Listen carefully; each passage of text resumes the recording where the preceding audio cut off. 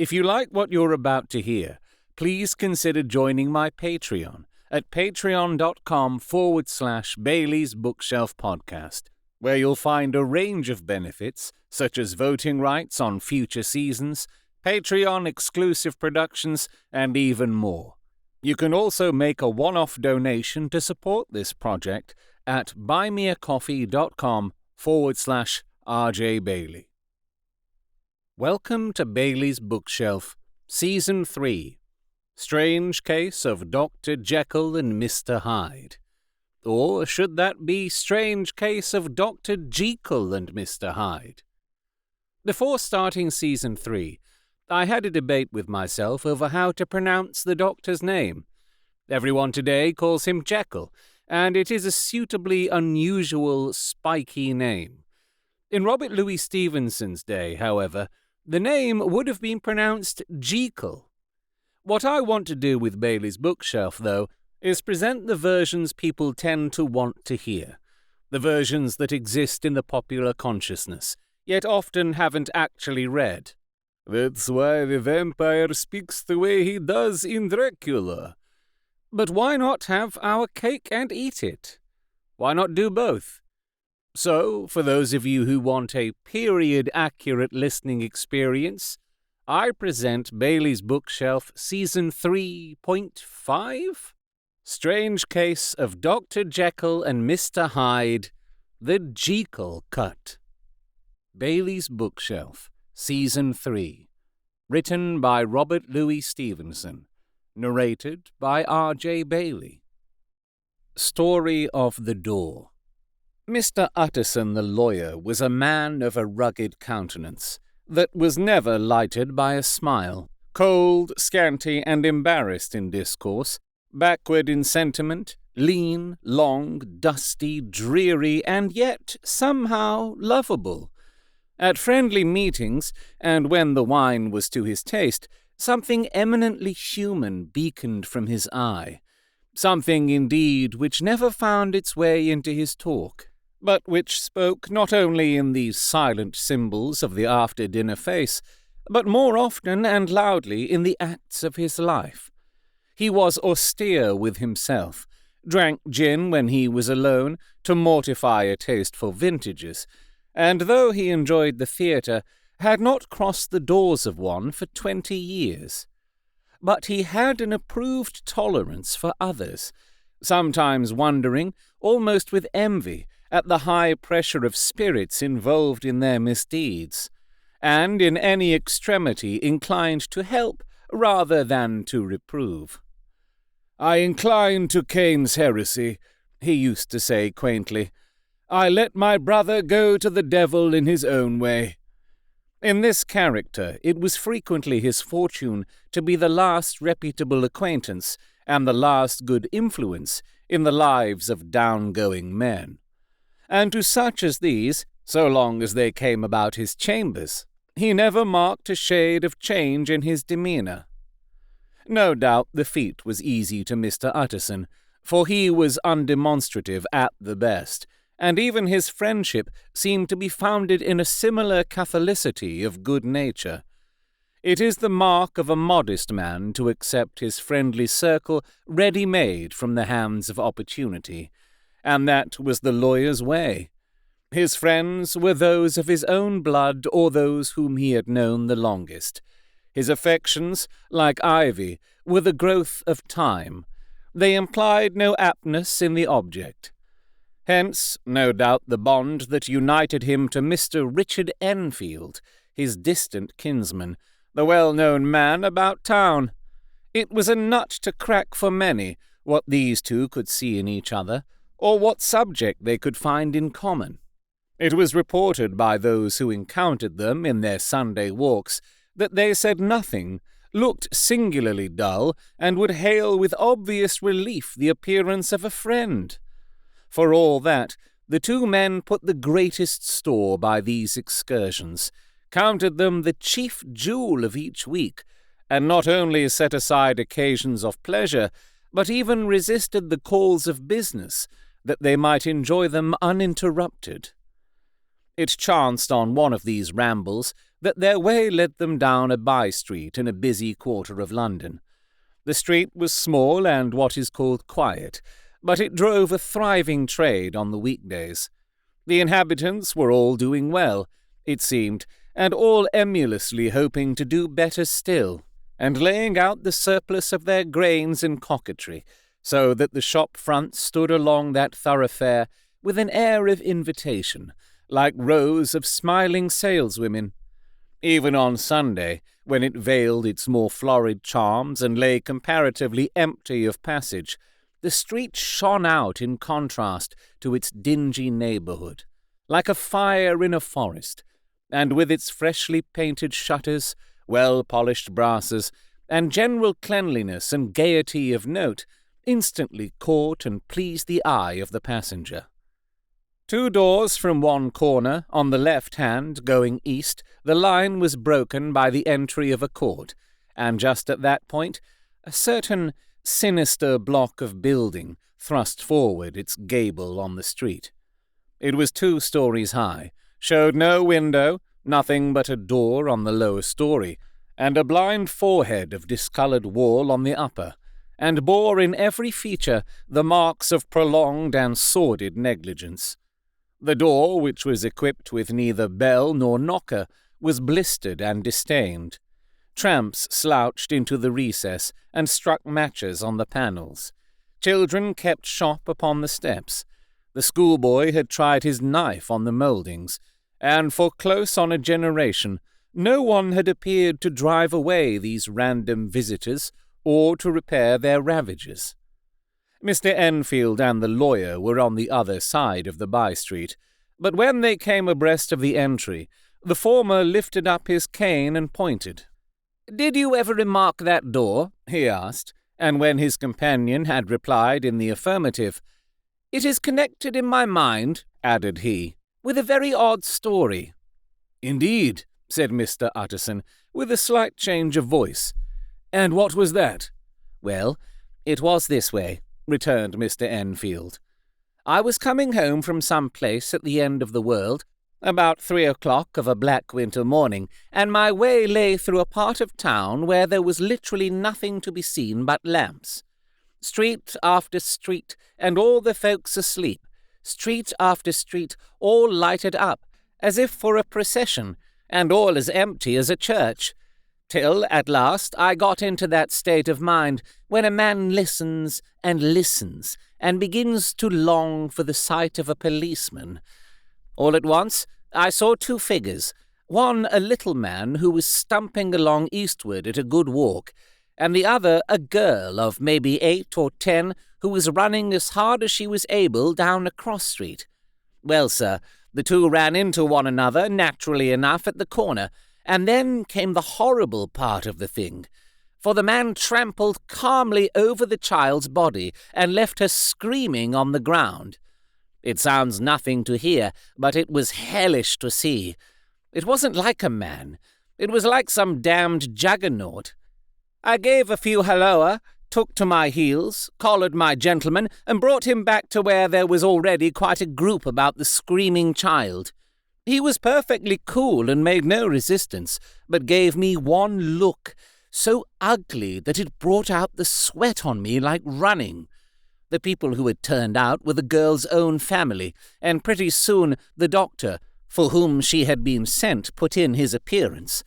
Well, the child was not much the worse, more frightened according to the sawbones, and there you might have supposed would be an end to it. But there was one curious circumstance. I had taken a loathing to my gentleman at first sight. So had the child's family, which was only natural. But the doctor's case was what struck me. He was the usual cut-and-dry apothecary, of no particular age and colour, with a strong Edinburgh accent, and about as emotional as a bagpipe. Well, sir, he was like the rest of us. Every time he looked at my prisoner, I saw that Sawbones turn sick and white with the desire to kill him. I knew what was in his mind, just as he knew what was in mine, and killing being out of the question, we did the next best. We told the man we could and would make such a scandal out of this as should make his name stink from one end of London to the other. If he had any friends or any credit, we undertook that he should lose them. And all the time, as we were pitching it in red hot, we were keeping the women off him as best we could, for they were as wild as harpies. I never saw a circle of such hateful faces, and there was the man in the middle, with a kind of black, sneering coolness. Frightened, too, I could see that, but carrying it off, sir, really like Satan. "If you choose to make capital out of this accident," said he, "I am naturally helpless. No gentleman but wishes to avoid a scene," says he. "Name your figure." Well, we screwed him up to £100 for the child's family. He would have clearly liked to stick out, but there was something about the lot of us that meant mischief, and at last he struck. The next thing was to get the money, and where do you think he carried us but to that place with the door? Whipped out a key, went in, and presently came back with the matter of £10 in gold and a cheque for the balance on Coots, drawn payable to bearer and signed with a name that I can't mention, though it's one of the points of my story. But it was a name at least very well known and often printed. The figure was stiff, but the signature was good for more than that if it was only genuine. I took the liberty of pointing out to my gentleman that the whole business looked apocryphal, and that a man does not, in real life, walk into a cellar door at 4 a.m. and come out with another man's cheque for close upon £100. But he was quite easy and sneering. "Set your mind at rest," says he. "I will stay with you till the banks open and cash the cheque myself." So we all set off, the doctor and the child's father and our friend and myself, and passed the rest of the night in my chambers, and next day, when we had breakfasted, went in a body to the bank. I gave in the cheque myself, and said I had every reason to believe it was a forgery. Not a bit of it. The cheque was genuine. "Tut, tut," said Mr. Utterson. "I see you feel as I do," said Mr. Enfield. "Yes, it's a bad story, for my man was a fellow that nobody could have to do with, a really damnable man, and the person that drew the cheque is the very pink of the proprieties, celebrated, too, and, what makes it worse, one of your fellows who do what they call good. Blackmail, I suppose. An honest man paying through the nose for some of the capers of his youth. Blackmail House is what I call the place with the door, in consequence, though even that, you know, is far from explaining all," he added, and with the words fell into a vein of musing. From this he was recalled by Mr. Utterson, asking rather suddenly, "And you don't know if the drawer of the cheque lives there?" "A likely place, isn't it?" returned Mr. Enfield. "But I happen to have noticed his address. He lives in some square or other." "And you never asked about the place with the door?" said Mr. Utterson. "No, sir. I had a delicacy," was the reply. "I feel very strongly about putting questions. It partakes too much of the style of the Day of Judgment. You start a question, and it's like starting a stone. You sit quietly on the top of a hill, and away the stone goes, starting others, and presently some bland old bird, the last you would have thought of, is knocked on the head in his own back garden, and the family have to change their name. No, sir, I make it a rule of mine. The more it looks like Queer Street, the less I ask." "A very good rule, too," said the lawyer. "But I have studied the place for myself," continued Mr. Enfield. "It seems scarcely a house. There is no other door, and nobody goes in or out of that one but, once in a great while, the gentleman of my adventure. There are 3 windows looking on the court on the first floor, none below. The windows are always shut, but they're clean, and then there is a chimney which is generally smoking, so somebody must live there. And yet it's not so sure, for the buildings are so packed together about the court that it's hard to say where one ends and another begins." The pair walked on again for a while in silence, and then, "Enfield," said Mr. Utterson, "that's a good rule of yours." "Yes, I think it is," returned Enfield. "But for all that," continued the lawyer, "there's one point I want to ask. I want to ask the name of that man who walked over the child." "Well," said Mr. Enfield, "I can't see what harm it would do. It was a man of the name of Hyde." Said Mr. Utterson. "What sort of a man is he to see?" "He is not easy to describe. There is something wrong with his appearance, something displeasing, something downright detestable.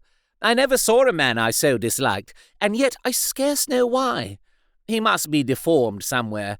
He gives a strong feeling of deformity, although I couldn't specify the point. He's an extraordinary-looking man, and yet I really can name nothing out of the way. No, sir, I can make no hand of it. I can't describe him. And it's not want of memory, for I declare I can see him this moment." Mr. Utterson again walked some way in silence, and obviously under a weight of consideration. "You are sure he used a key?" he inquired at last. "My dear sir," began Enfield, surprised out of himself. "Yes, I know," said Utterson. "I know it must seem strange. The fact is, if I do not ask you the name of the other party, it is because I know it already. You see, Richard, your tale has gone home. If you have been inexact in any point, you had better correct it." "I think you might have warned me," returned the other, with a touch of sullenness. "But I have been pedantically exact, as you call it. The fellow had a key, and what's more, he has it still. I saw him use it not a week ago." Mr. Utterson sighed deeply, but said never a word, and the young man presently resumed. "Here is another lesson to say nothing," said he. "I am ashamed of my long tongue. Let us make a bargain never to refer to this again." "With all my heart," said the lawyer. "I shake hands on that, Richard." Search for Mr. Hyde. That evening, Mr. Utterson came home to his bachelor house in sombre spirits, and sat down to dinner without relish. It was his custom of a Sunday, when this meal was over, to sit close by the fire, a volume of some dry divinity on his reading desk, until the clock of the neighbouring church rang out the hour of 12, when he would go soberly and gratefully to bed. On this night, however, as soon as the cloth was taken away, he took up a candle and went into his business room. There he opened his safe, took from the most private part of it a document endorsed on the envelope as Dr. Jekyll's will, and sat down with a clouded brow to study its contents. The will was holograph, for Mr. Utterson, though he took charge of it now that it was made, had refused to lend the least assistance in the making of it. It provided not only that, in the case of the decease of Dr. Henry Jekyll, M.D., D.C.L., L.L.D., F.R.S., etc., all his possessions were to pass into the hands of his friend and benefactor, Edward Hyde, but that in case of Dr. Jekyll's disappearance or unexplained absence for any period exceeding 3 calendar months, the said Edward Hyde should step into the said Henry Jekyll's shoes without further delay, and free from any burthen or obligation beyond the payment of a few small sums to the members of the doctor's household. This document had long been the lawyer's eyesore.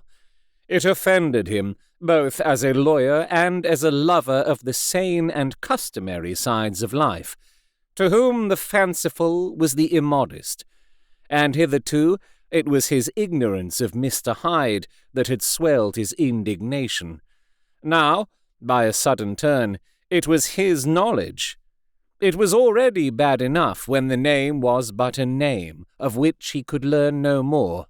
It was worse when it began to be clothed upon with detestable attributes, and out of the shifting, insubstantial mists that had so long baffled his eye, there leaped up the sudden, definite presentment of a fiend.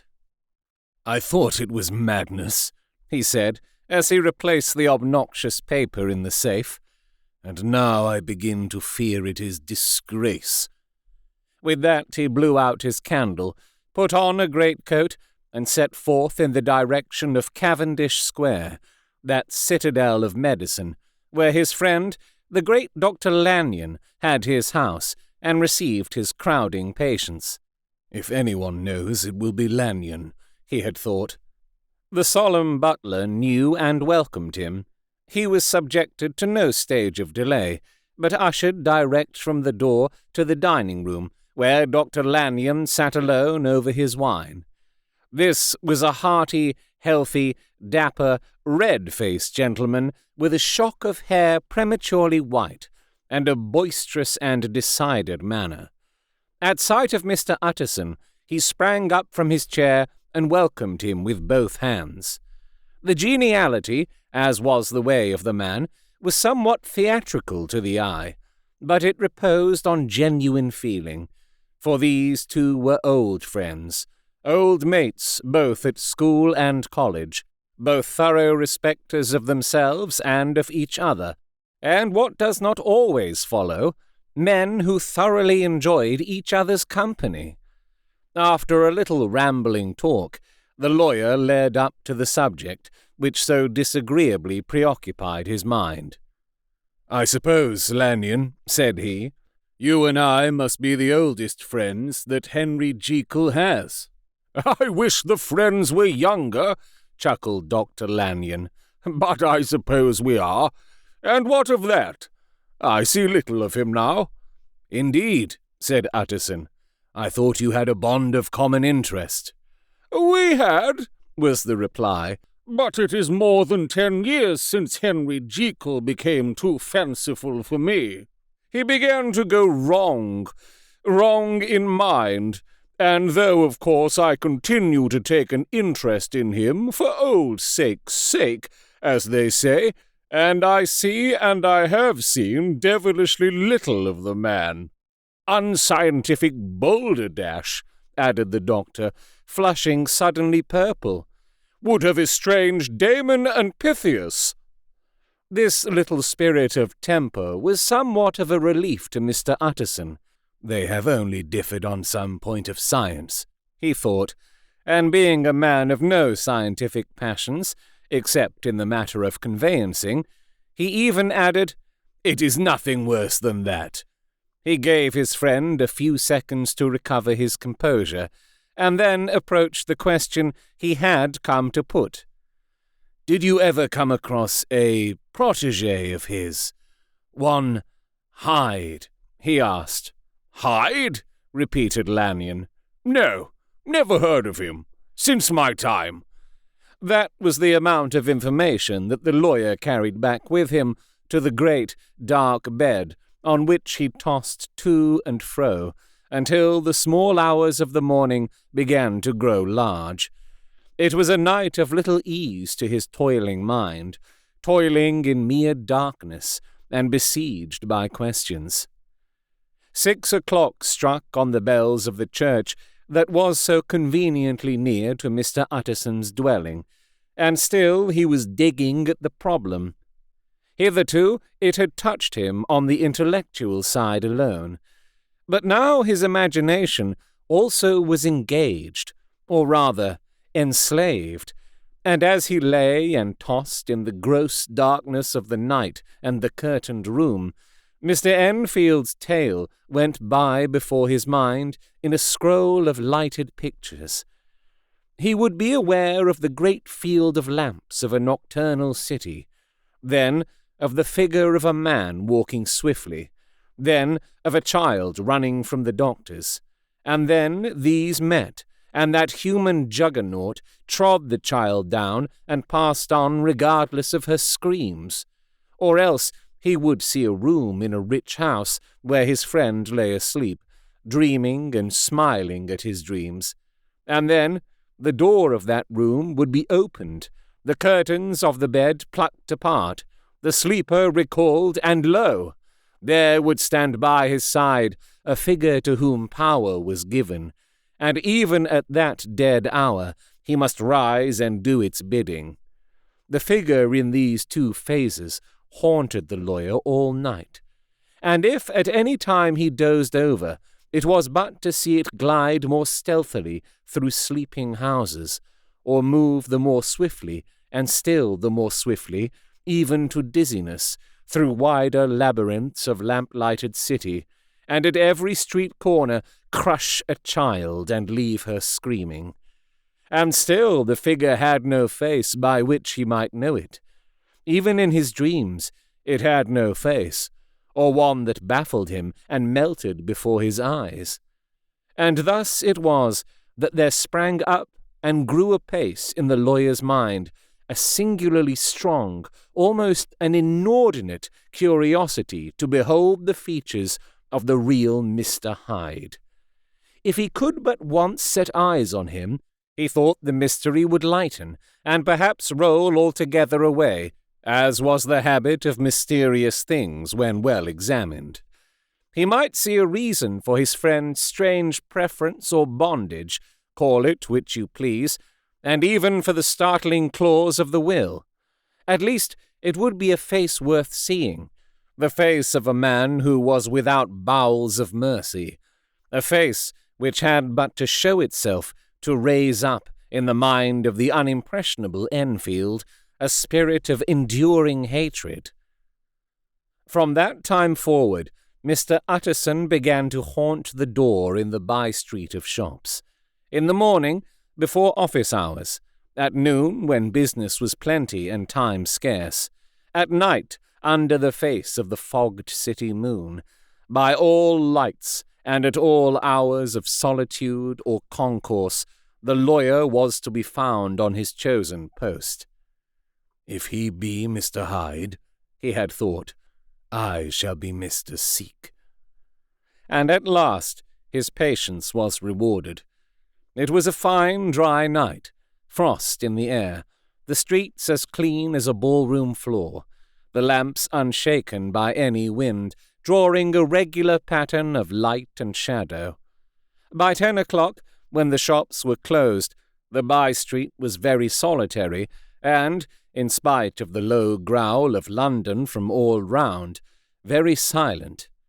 Small sounds carried far. Domestic sounds out of the houses were clearly audible on either side of the roadway, and the rumour of the approach of any passenger preceded him by a long time. Mr. Utterson had been some minutes at his post when he was aware of an odd light footstep drawing near. In the course of his nightly patrols, he had long grown accustomed to the quaint effect with which the footfalls of a single person, while he is still a great way off, suddenly spring out distinct from the vast hum and clatter of the city.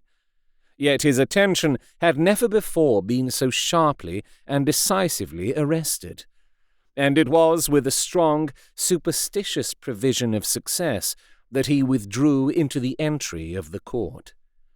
The steps drew swiftly nearer, and swelled out suddenly louder as they turned the end of the street. The lawyer, looking forth from the entry, could soon see what manner of man he had to deal with. He was small and very plainly dressed, and the look of him, even at that distance, went somehow strongly against the watcher's inclination. But he made straight for the door, crossing the roadway to save time, and as he came, he drew a key from his pocket like one approaching home. Mr. Utterson stepped out and touched him on the shoulder as he passed. "Mr. Hyde, I think." Mr. Hyde shrank back with a hissing intake on the breath, but his fear was only momentary, and though he did not look the lawyer in the face, he answered coolly enough. "That is my name. What do you want?" "I see you are going in," returned the lawyer. "I am an old friend of Dr. Jekyll's, Mr. Utterson of Gaunt Street. You must have heard of my name, and meeting you so conveniently, I thought you might admit me." "You will not find Dr. Jekyll.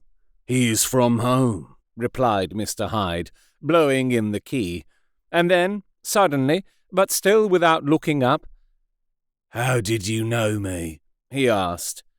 "On your side," said Mr. Utterson. "Will you do me a favour?" "With pleasure," replied the other. "What shall it be?" "Will you let me see your face?" asked the lawyer.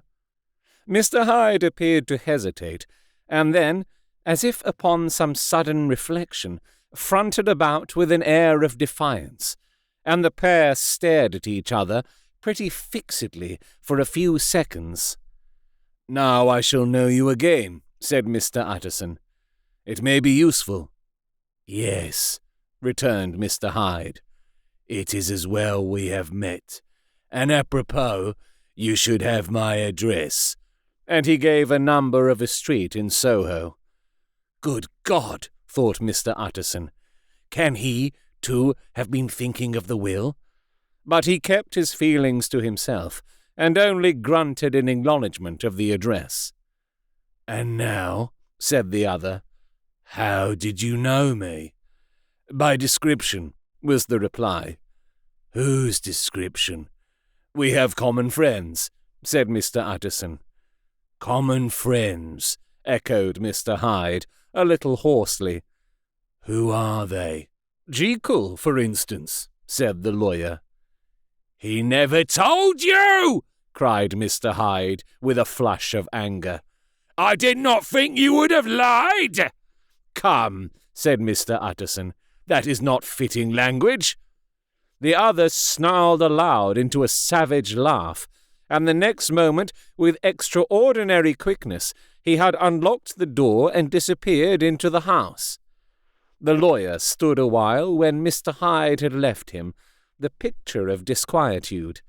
Then he began slowly to mount the street, pausing every step or two and putting his hand to his brow like a man in mental perplexity. The problem he was thus debating as he walked was one of a class that is rarely solved. Mr. Hyde was pale and dwarfish. He gave an impression of deformity without any nameable malformation. He had a displeasing smile. He had borne himself to the lawyer with a sort of murderous mixture of timidity and boldness, and he spoke with a husky, whispering, and somewhat broken voice. All these were points against him, but not all of these together could explain the hitherto unknown disgust, loathing, and fear with which Mr. Utterson regarded him. "There must be something else," said the perplexed gentleman. "There is something more, if I could find a name for it. God bless me, the man seems hardly human. Something troglodytic, shall we say? Or can it be the old story of Dr. Fell? Or is it the mere radiance of a foul soul that thus transpires through and transfigures its clay continent? The last, I think, for, oh, my poor old Harry Jekyll, if ever I read Satan's signature upon a face, it is on that of your new friend."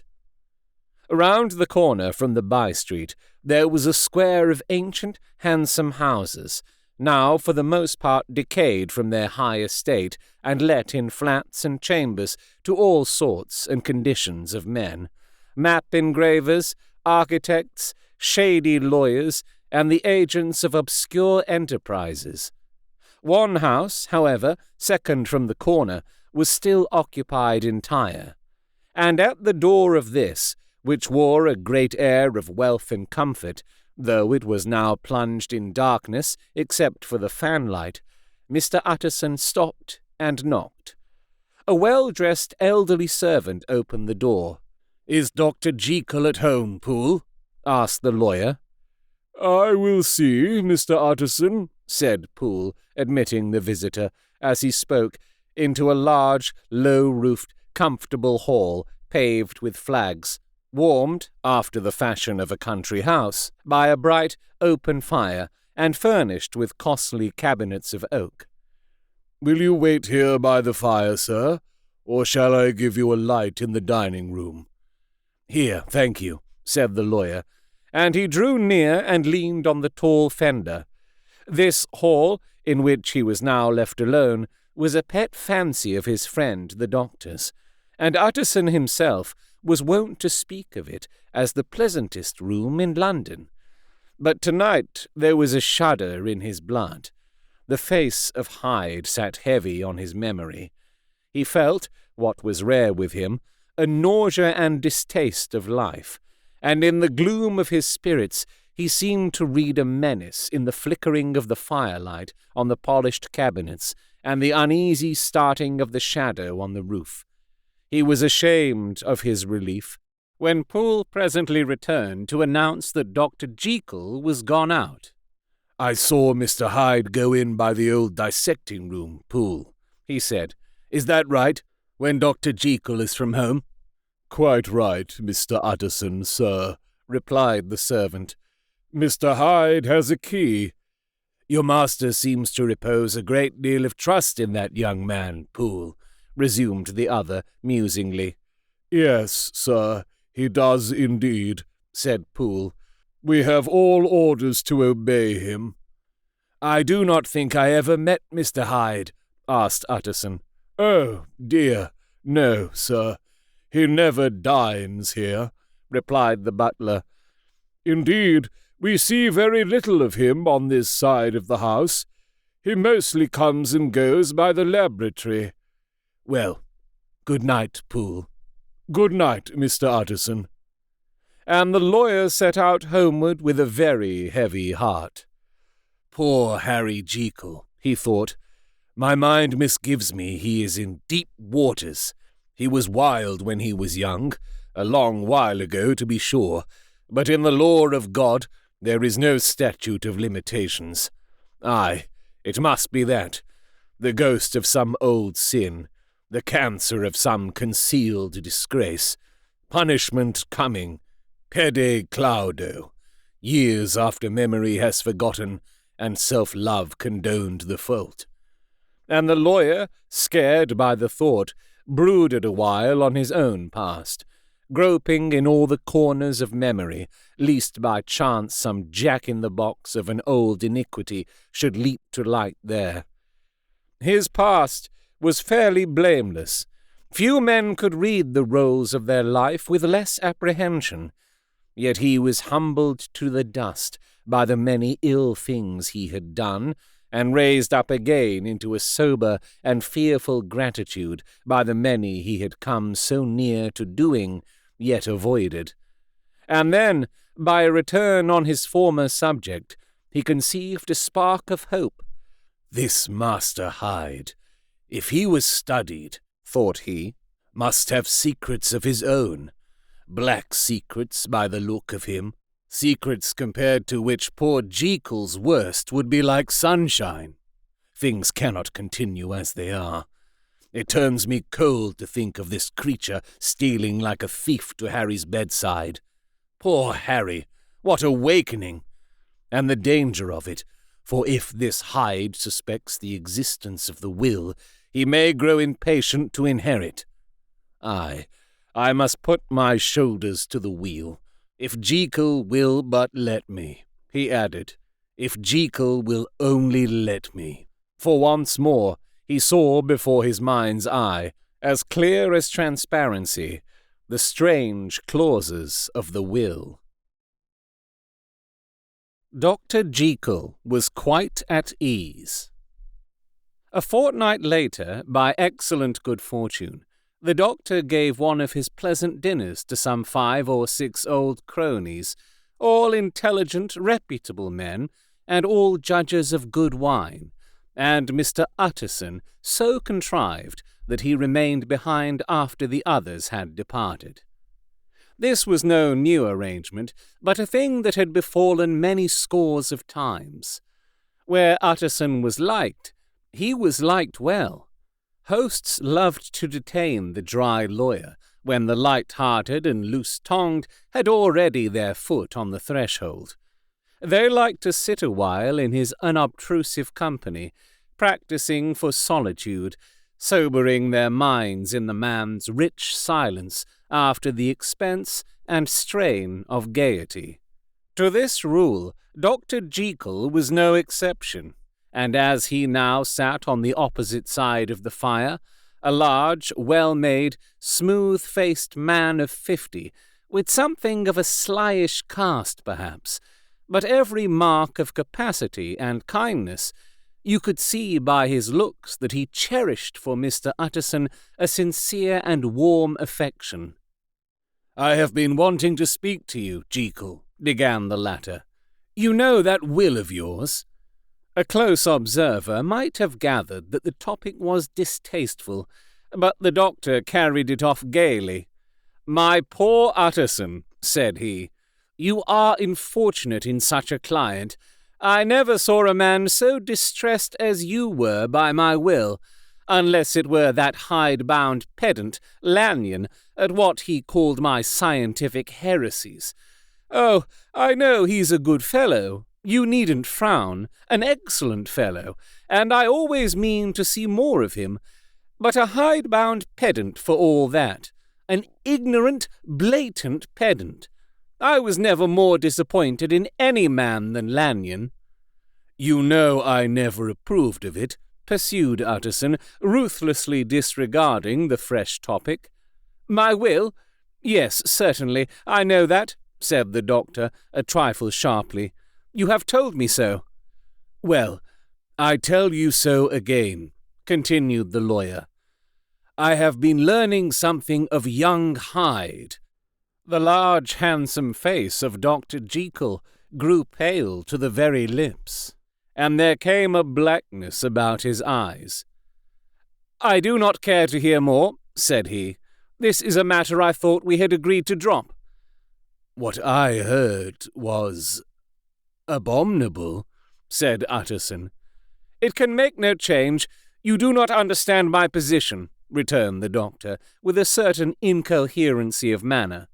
"I am painfully situated, Utterson. My position is a very strange one. It is one of those affairs that cannot be mended by talking." "Jekyll," said Utterson, "you know me. I am a man to be trusted. Make a clean breast of this in confidence, and I make no doubt I can get you out of it." "My good Utterson," said the doctor, "this is very good of you. This is downright good of you, and I cannot find words to thank you in. I believe you fully. I would trust you before any man alive, I before myself, if I could make the choice. But indeed it isn't what you fancy. It is not as bad as that, and just to put your good heart at rest, I will tell you one thing.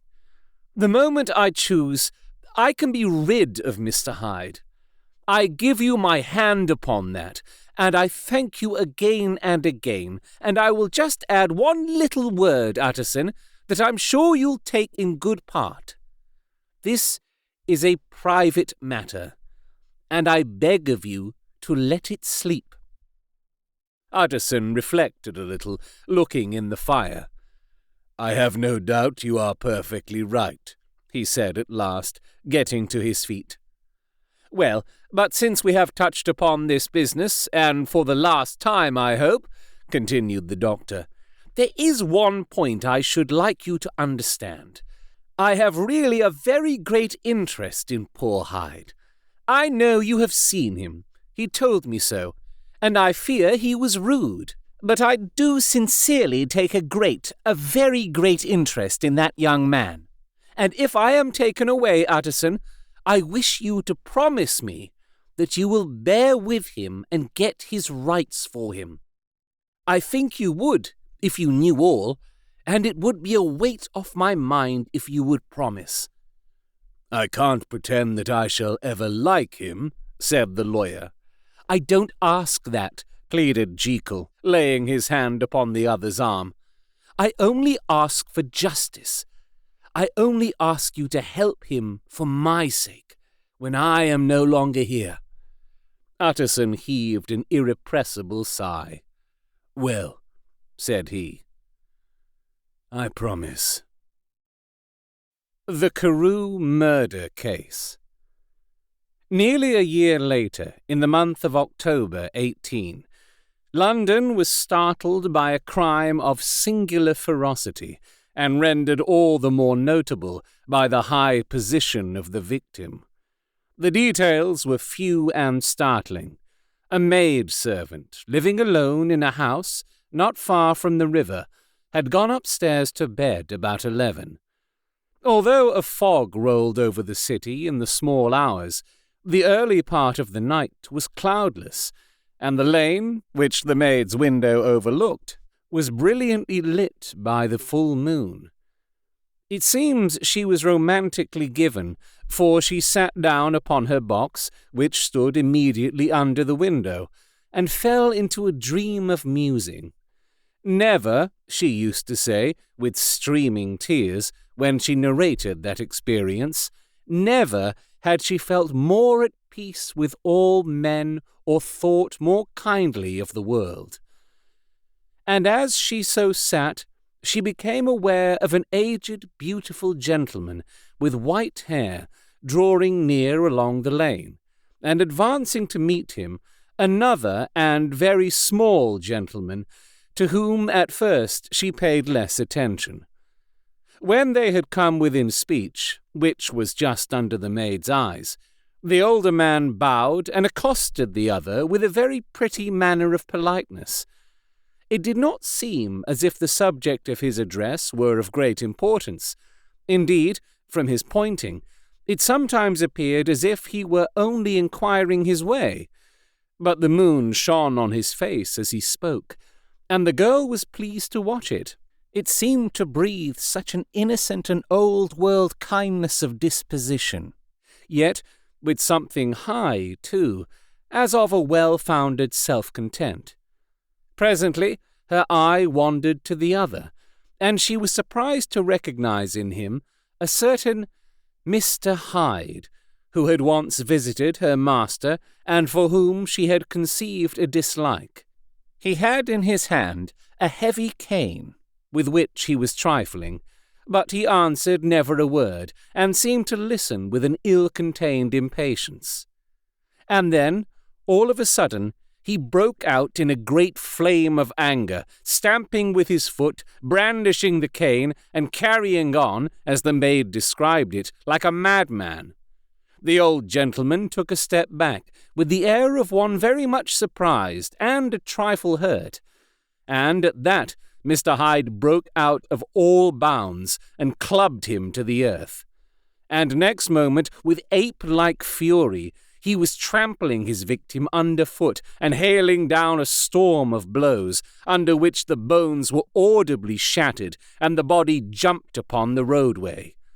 At the horror of these sights and sounds, the maid fainted. It was 2:00 when she came to herself and called for the police. The murderer was gone long ago, but there lay his victim in the middle of the lane, incredibly mangled. The stick with which the deed had been done, although it was of some rare and very tough and heavy wood, had broken in the middle under the stress of this insensate cruelty, and one splintered half had rolled in the neighbouring gutter. The other, without doubt, had been carried away by the murderer. A purse and gold watch were found upon the victim, but no cards or papers except a sealed and stamped envelope, which he had been probably carrying to the post, and which bore the name and address of Mr. Utterson. This was brought to the lawyer the next morning before he was out of bed, and he had no sooner seen it and been told the circumstances than he shot out a solemn lip. "I shall say nothing till I have seen the body," said he. "This may be very serious. Have the kindness to wait while I dress." And with the same grave countenance, he hurried through his breakfast and drove to the police station, whither the body had been carried. As soon as he came into the cell, he nodded. "Yes," said he, "I recognize him. I am sorry to say that this is Sir Danvers Carew." "Good God, sir!" exclaimed the officer. "Is it possible?" And the next moment his eye lighted up with professional ambition. "This will make a deal of noise," he said, "and perhaps you can help us to the man." And he briefly narrated what the maid had seen and showed the broken stick. Mr. Utterson had already quailed at the name of Hyde, but when the stick was laid before him, he could doubt no longer. Broken and battered as it was, he recognized it for one that he had himself presented many years before to Henry Jekyll. "Is this Mr. Hyde a person of small stature?" he inquired. "Particularly small and particularly wicked-looking is what the maid calls him," said the officer. Mr. Utterson reflected, and then, raising his head, "If you will come with me in my cab," he said, "I think I can take you to his house." It was by this time about 9 in the morning, and the first fog of the season. A great chocolate-coloured pall lowered over heaven, but the wind was continually charging and rooting these embattled vapours, so that as the cab crawled from street to street, Mr. Utterson beheld a marvellous number of degrees and hues of twilight. For here it would be dark, like the back end of evening, and there would be a glow of a rich, lurid brown, like the light of some strange conflagration, and here, for a moment, the fog would be quite broken up, and a haggard shaft of daylight would glance in between the swirling wreaths. The dismal quarter of Soho, seen under these changing glimpses, with its muddy ways and slatternly passengers, and its lamps, which had never been extinguished or had been kindled afresh to combat this mournful reinvasion of darkness, seemed, in the lawyer's eyes, like a district of some city in a nightmare. The thoughts of his mind, besides, were of the gloomiest dye. And when he glanced at the companion of his drive, he was conscious of some touch of that terror of the law and the law's officers which may at times assail the most honest. As the cab drew up before the address indicated, the fog lifted a little and showed him a dingy street, a gin palace, a low French eating-house, a shop for the retail of penny numbers and twopenny salads, many ragged children huddled in the doorways, and many women of many different nationalities passing out, key in hand, to have a morning glass. And the next moment the fog settled down again upon that part, as brown as umber, and cut him off from his blackguardly surroundings. This was the home of Henry Jekyll's favourite, of a man who was heir to 250,000 sterling. An ivory-faced and silvery-haired old woman opened the door. She had an evil face, smoothed by hypocrisy, but her manners were excellent. Yes, she said, this was Mr. Hyde's, but he was not at home. He had been in that night very late, but he had gone away again in less than an hour. There was nothing strange in that. His habits were very irregular, and he was often absent. For instance, it was nearly 2 months since she had seen him till yesterday. "Very well, then. We wish to see his rooms," said the lawyer. And when the woman began to declare it was impossible, "I had better tell you who this person is," he added. "This is Inspector Newcomen, of Scotland Yard." A flash of odious joy appeared upon the woman's face. "Ah!" said she. "He is in trouble. What has he done?" Mr. Utterson and the inspector exchanged glances. "He don't seem a very popular character," observed the latter. "And now, my good woman, just let me and this gentleman have a look about us." In the whole extent of the house, which, but for the old woman, remained otherwise empty, Mr. Hyde had only used a couple of rooms, but these were furnished with luxury and good taste. A closet was filled with wine, the plate was of silver, the napery elegant. A good picture hung upon the walls, a gift, as Utterson supposed, from Henry Jekyll, who was much of a connoisseur, and the carpets were of many plies and agreeable in colour. At this moment, however, the rooms bore every mark of having been recently and hurriedly ransacked. Clothes lay about the floor, with their pockets inside out. Lock-fast drawers stood open, and on the hearth there lay a pile of grey ashes, as though many papers had been burned. From these embers the inspector disinterred the butt end of a green cheque-book which had resisted the action of the fire. The other half of the stick was found behind the door, and as this clinched his suspicions, the officer declared himself delighted. A visit to the bank, where several £1,000s were found to be lying to the murderer's credit, completed his gratification. "You may depend upon it, sir," he told Mr. Utterson. "I have him in my hand. He must have lost his head, or he never would have left the stick, or, above all, burned the cheque-book. Why, money's life to the man. We have nothing to do but wait for him at the bank and get out the handbills." This last, however, was not so easy of accomplishment, for Mr. Hyde had numbered few familiars. Even the master of the servant maid had only seen him twice. His family could nowhere be traced. He had never been photographed, and the few who could describe him differed widely, as common observers will. Only on one point were they agreed, and that was the haunting sense of unexpressed deformity with which the fugitive impressed his beholders. Incident of the letter. It was late in the afternoon when Mr. Utterson found his way to Dr. Jekyll's door, where he was at once admitted by Poole and carried down by the kitchen officers and across a yard which had once been a garden to the building which was indifferently known as the laboratory or dissecting rooms. The doctor had brought the house from the heirs of a celebrated surgeon, and his own tastes, being rather chemical than anatomical, had changed the destination of the block at the bottom of the garden.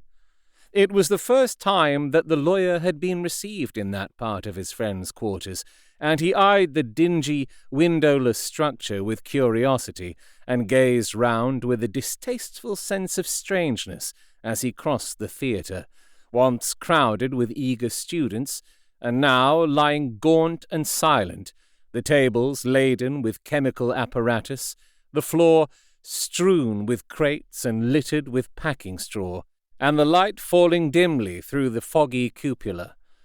At the further end, a flight of stairs mounted to a door covered with red baize, and through this Mr. Utterson was at last received into the doctor's cabinet. It was a large room, fitted round with glass presses, furnished, among other things, with a cheval glass and a business table, and looking out upon the court by 3 dusty windows barred with iron. The fire burned in the grate. A lamp was set lighted on the chimney shelf, for even in the houses the fog began to lie thickly, and there, close up to the warmth, sat Dr. Jekyll, looking deathly sick.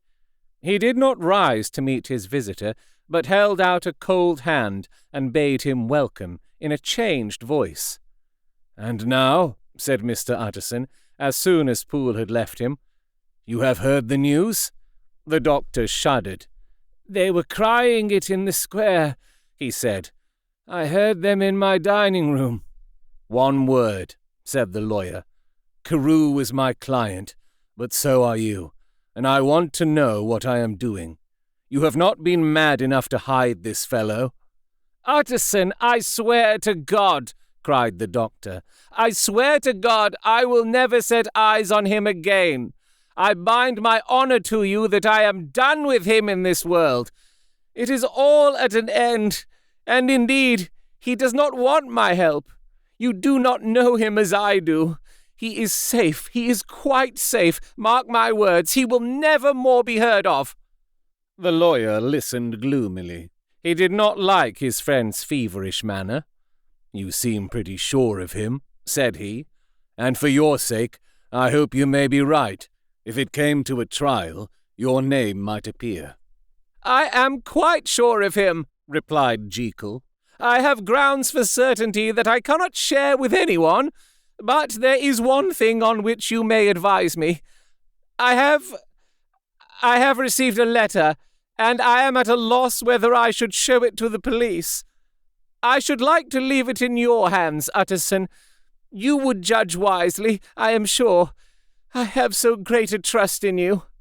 "You fear, I suppose, that it might lead to his detection?" asked the lawyer. "No," said the other. "I cannot say that I care what becomes of Hyde. I am quite done with him. I was thinking of my own character, which this hateful business has rather exposed."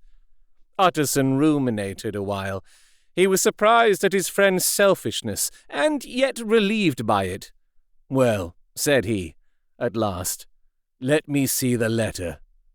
The letter was written in an odd, upright hand, and signed Edward Hyde, and it signified, briefly enough, that the writer's benefactor, Dr. Jekyll, whom he had long so unworthily repaid for 1,000 generosities, need labour under no alarm for his safety, as he had means of escape on which he placed a sure dependence. The lawyer liked this letter well enough. It put a better colour on the intimacy than he had looked for, and he blamed himself for some of his past suspicions. "Have you the envelope?" he asked. "I burned it," replied Jekyll, "before I thought what I was about. But it bore no postmark. The note was handed in." "Shall I keep this and sleep upon it?" asked Utterson.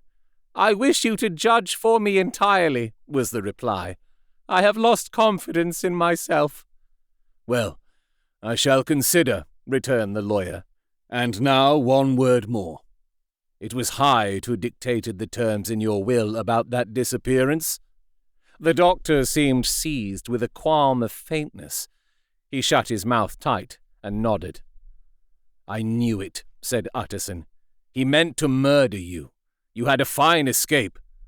"I have had what is far more to the purpose," returned the doctor solemnly. "I have had a lesson. O God, Utterson, what a lesson I have had!" And he covered his face for a moment with his hands. On his way out, the lawyer stopped and had a word or two with Poole. "By the by," said he, "there was a letter handed in today. What was the messenger like?" But Poole was positive nothing had come except by post. "And only circulars by that," he added. This news sent off the visitor with his fears renewed.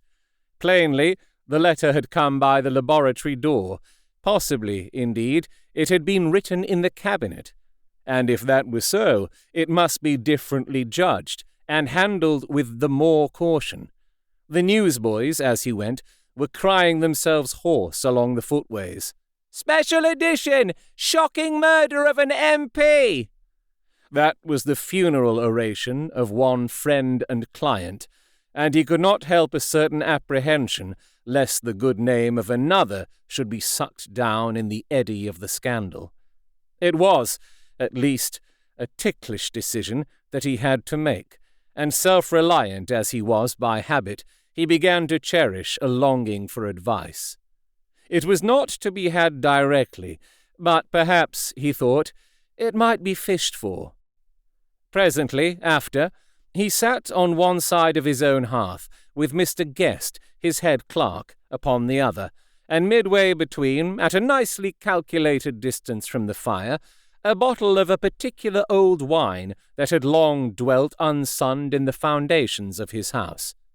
The fog still slept on the wing above the drowned city, where the lamps glimmered like carbuncles, and through the muffle and smother of these fallen clouds, the procession of the town's life was still rolling in through the great arteries with a sound as of a mighty wind. But the room was gay with firelight. In the bottle, the acids were long ago resolved. The imperial dye had softened with time as the colour grows richer in stained windows, and the glow of hot autumn afternoons on hillside vineyards was ready to be set free and to disperse the fogs of London. Insensibly, the lawyer melted. There was no man from whom he kept fewer secrets than Mr. Guest, and he was not always sure that he kept as many as he meant. Guest had often been on business to the doctor's. He knew Poole. He could scarce have failed to hear of Mr. Hyde's familiarity about the house. He might draw conclusions. Was it not as well, then, that he should see a letter which put that mystery to right? And above all, since Guest, being a great student and critic of handwriting, would consider the step natural and obliging. The clerk, besides, was a man of counsel.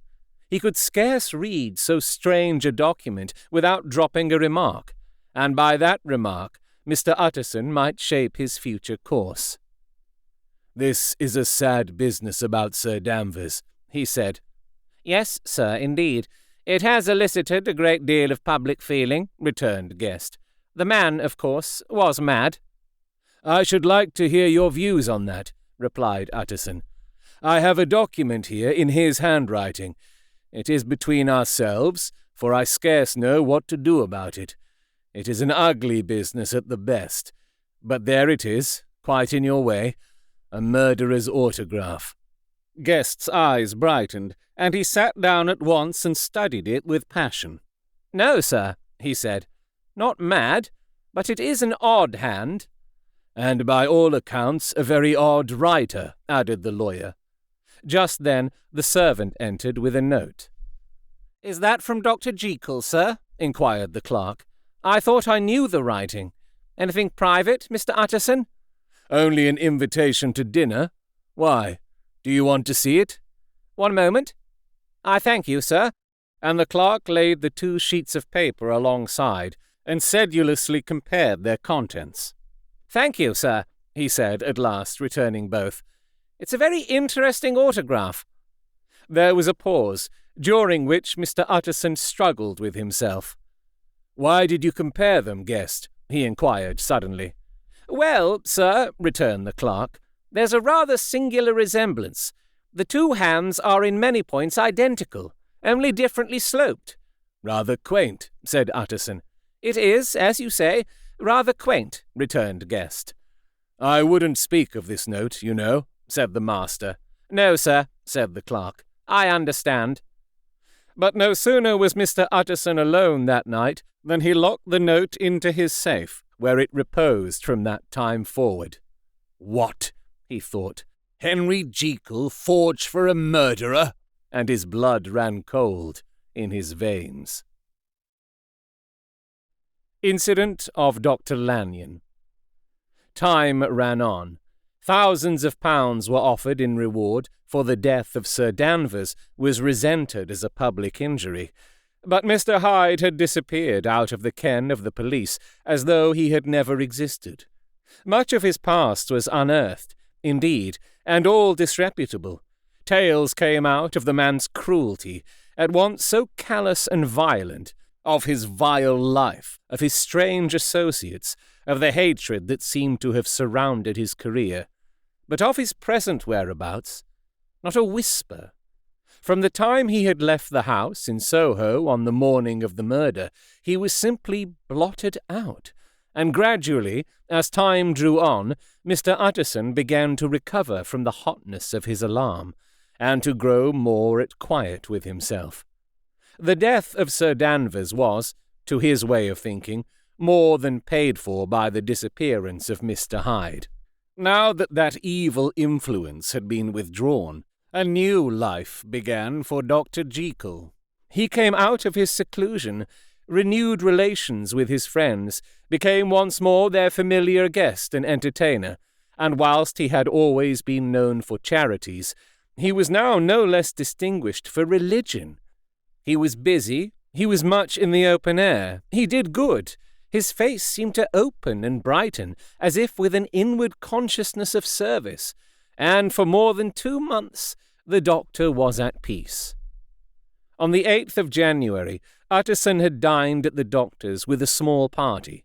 Lanyon had been there, and the face of the host had looked from one to the other, as in the old days when the trio were inseparable friends. On the 12th, and again on the 14th, the door was shut against the lawyer. "The doctor was confined to the house," Poole said, "and saw no one." On the 15th, he tried again, and was again refused, and having now been used for the last 2 months to see his friend almost daily, he found this return of solitude to weigh upon his spirits. The 5th night he had in guest to dine with him, and the 6th he betook himself to Dr. Lanyon's. There at least he was not denied admittance, but when he came in, he was shocked at the change which had taken place in the doctor's appearance. He had his death warrant written legibly upon his face. The rosy man had grown pale, his flesh had fallen away. He was visibly balder and older, and yet it was not so much these tokens of a swift physical decay that arrested the lawyer's notice, as a look in the eye and quality of manner that seemed to testify to some deep-seated terror of the mind. It was unlikely that the doctor should fear death, and yet that was what Utterson was tempted to suspect. Yes, he thought, he is a doctor. He must know his own state, and that his days are counted, and the knowledge is more than he can bear. And yet, when Utterson remarked on his ill looks, it was with an air of great firmness that Lanyon declared himself a doomed man.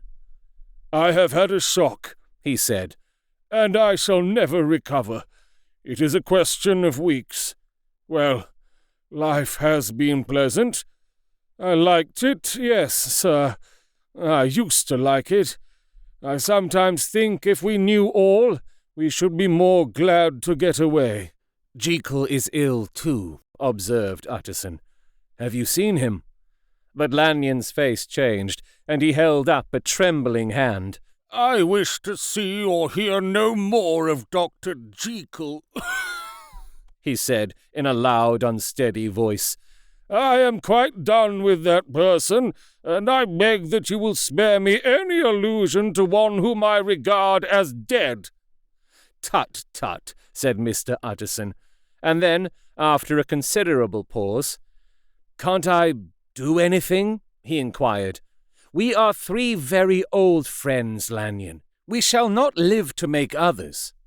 "Nothing can be done," returned Lanyon. "Ask himself." "He will not see me," said the lawyer.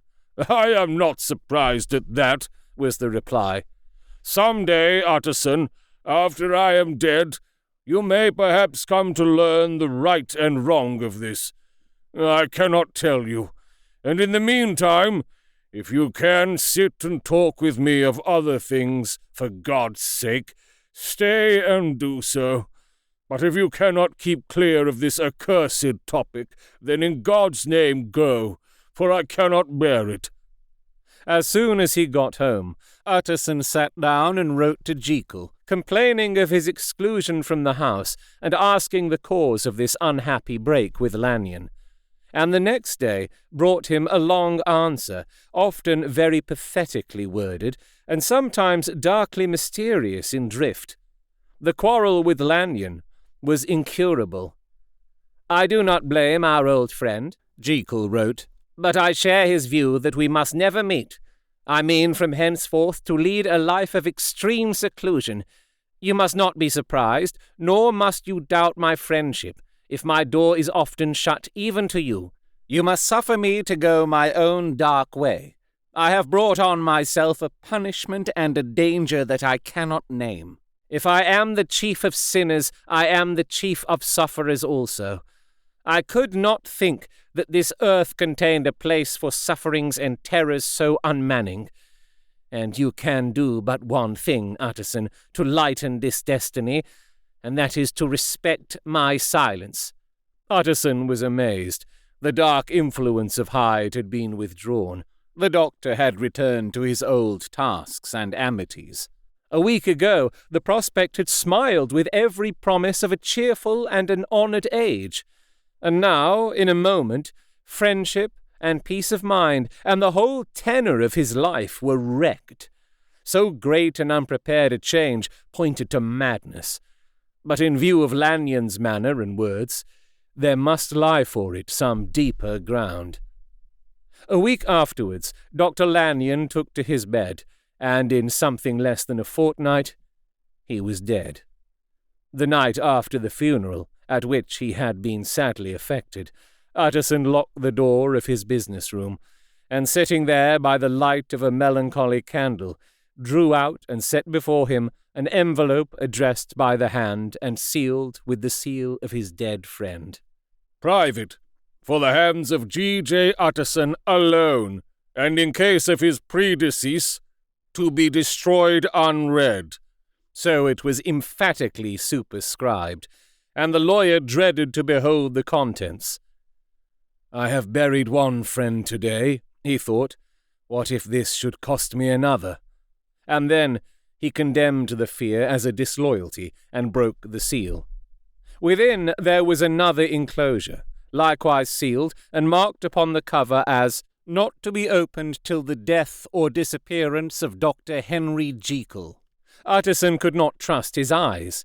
Yes, it was disappearance, here again, as in the mad will which he had long ago restored to its author. Here again were the idea of a disappearance, and the name of Henry Jekyll bracketed. But in the will, that idea had sprung from the sinister suggestion of the man Hyde. It was set there with a purpose all too plain and horrible. Written by the hand of Lanyon, what should it mean? A great curiosity came on the trustee to disregard the prohibition and dive at once to the bottom of these mysteries. But professional honor and faith to his dead friend were stringent obligations, and the packet slept in the inmost corner of his private safe. It is one thing to mortify curiosity, another to conquer it, and it may be doubted if, from that day forth, Utterson desired the society of his surviving friend with the same eagerness.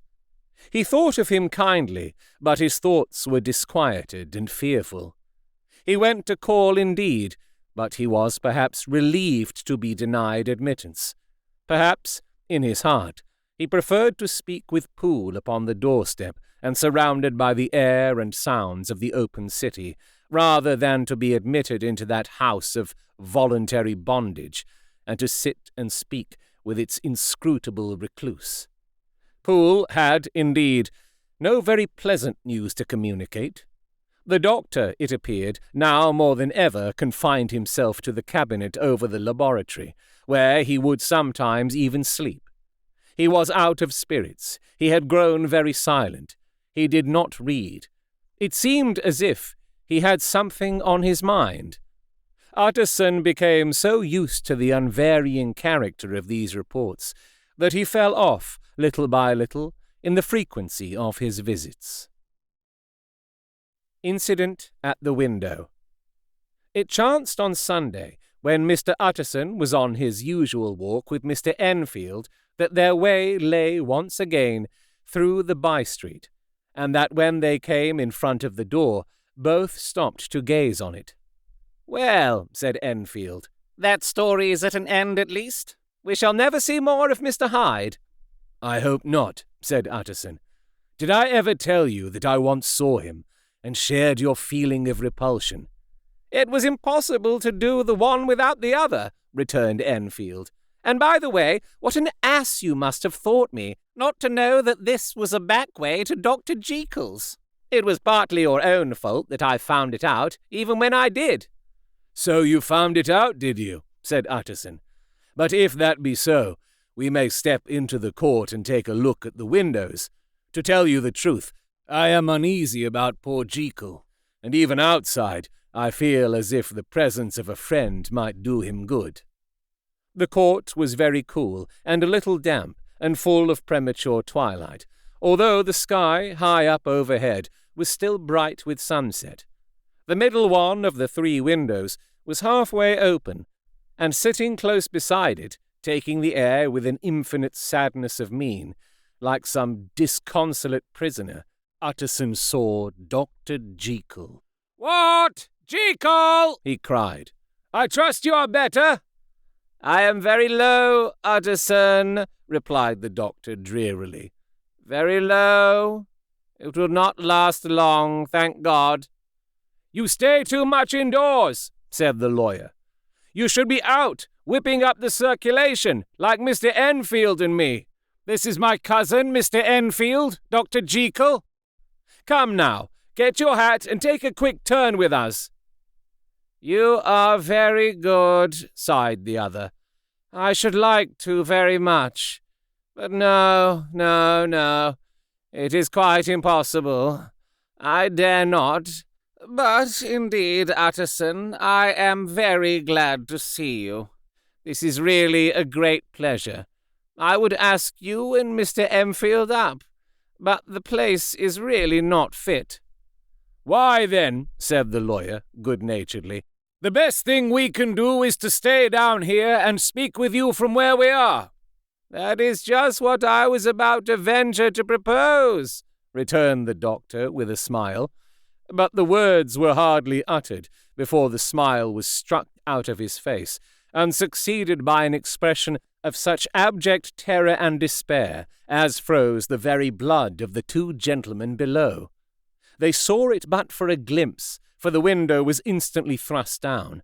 But that glimpse had been sufficient, and they turned and left the court without a word. In silence, too, they traversed the by-street, and it was not until they had come into a neighbouring thoroughfare, where even upon a Sunday there was still some stirrings of life, that Mr. Utterson at last turned and looked at his companion.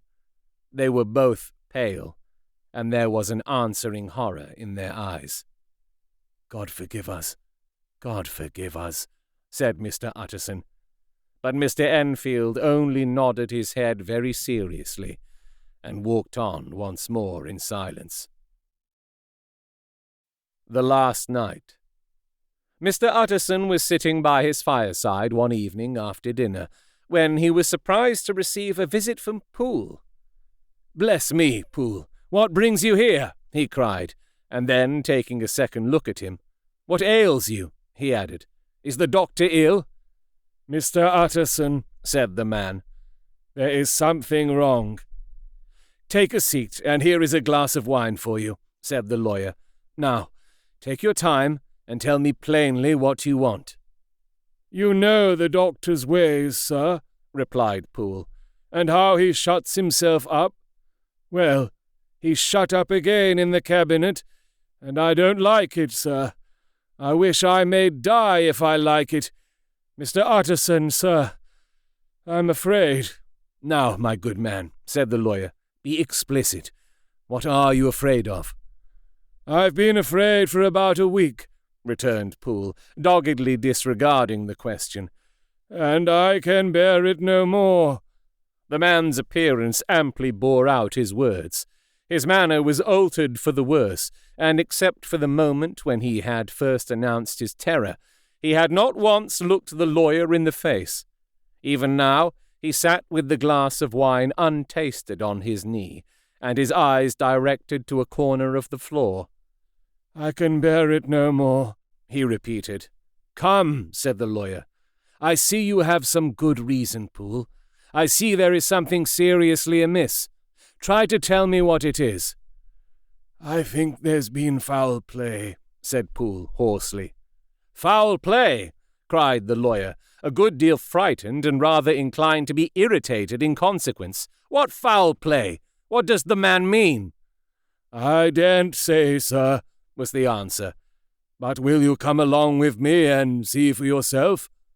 Mr. Utterson's only answer was to rise and get his hat and greatcoat, but he observed with wonder the greatness of the relief that appeared upon the butler's face, and perhaps with no less that the wine was still untasted when he set it down to follow. It was a wild, cold, seasonable night of March, with a pale moon lying on her back as though the wind had tilted her, and flying wrack of the most diaphanous and lawny texture. The wind made talking difficult, and flecked the blood into the face. It seemed to have swept the streets unusually bare of passengers. Besides, for Mr. Utterson thought he had never seen that part of London so deserted. He could have wished it otherwise. Never in his life had he been conscious of so sharp a wish to see and touch his fellow creatures. For struggle as he might, there was borne in upon his mind a crushing anticipation of calamity. The square, when they got there, was full of wind and dust, and the thin trees in the garden were lashing themselves along the railing. Poole, who had kept all the way a pace or two ahead, now pulled up in the middle of the pavement, and in spite of the biting weather, took off his hat and mopped his brow with a red pocket handkerchief. But for all the hurry of his coming, these were not the dews of exertion that he wiped away, but the moisture of some strangling anguish, for his face was white, and his voice, when he spoke, harsh and broken. "Well, sir," he said, "here we are, and God grant there be nothing wrong." "Amen, Poole," said the lawyer. Thereupon the servant knocked in a very guarded manner. The door was opened on the chain, and a voice asked from within, "Is that you, Poole?" "It's all right," said Poole. "Open the door." The hall, when they entered it, was brightly lighted up.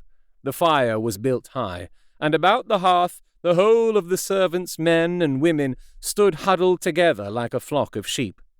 At the sight of Mr. Utterson, the housemaid broke into hysterical whimpering, and the cook, crying out, "Bless God, it's Mr. Utterson!" ran forward as if to take him in her arms.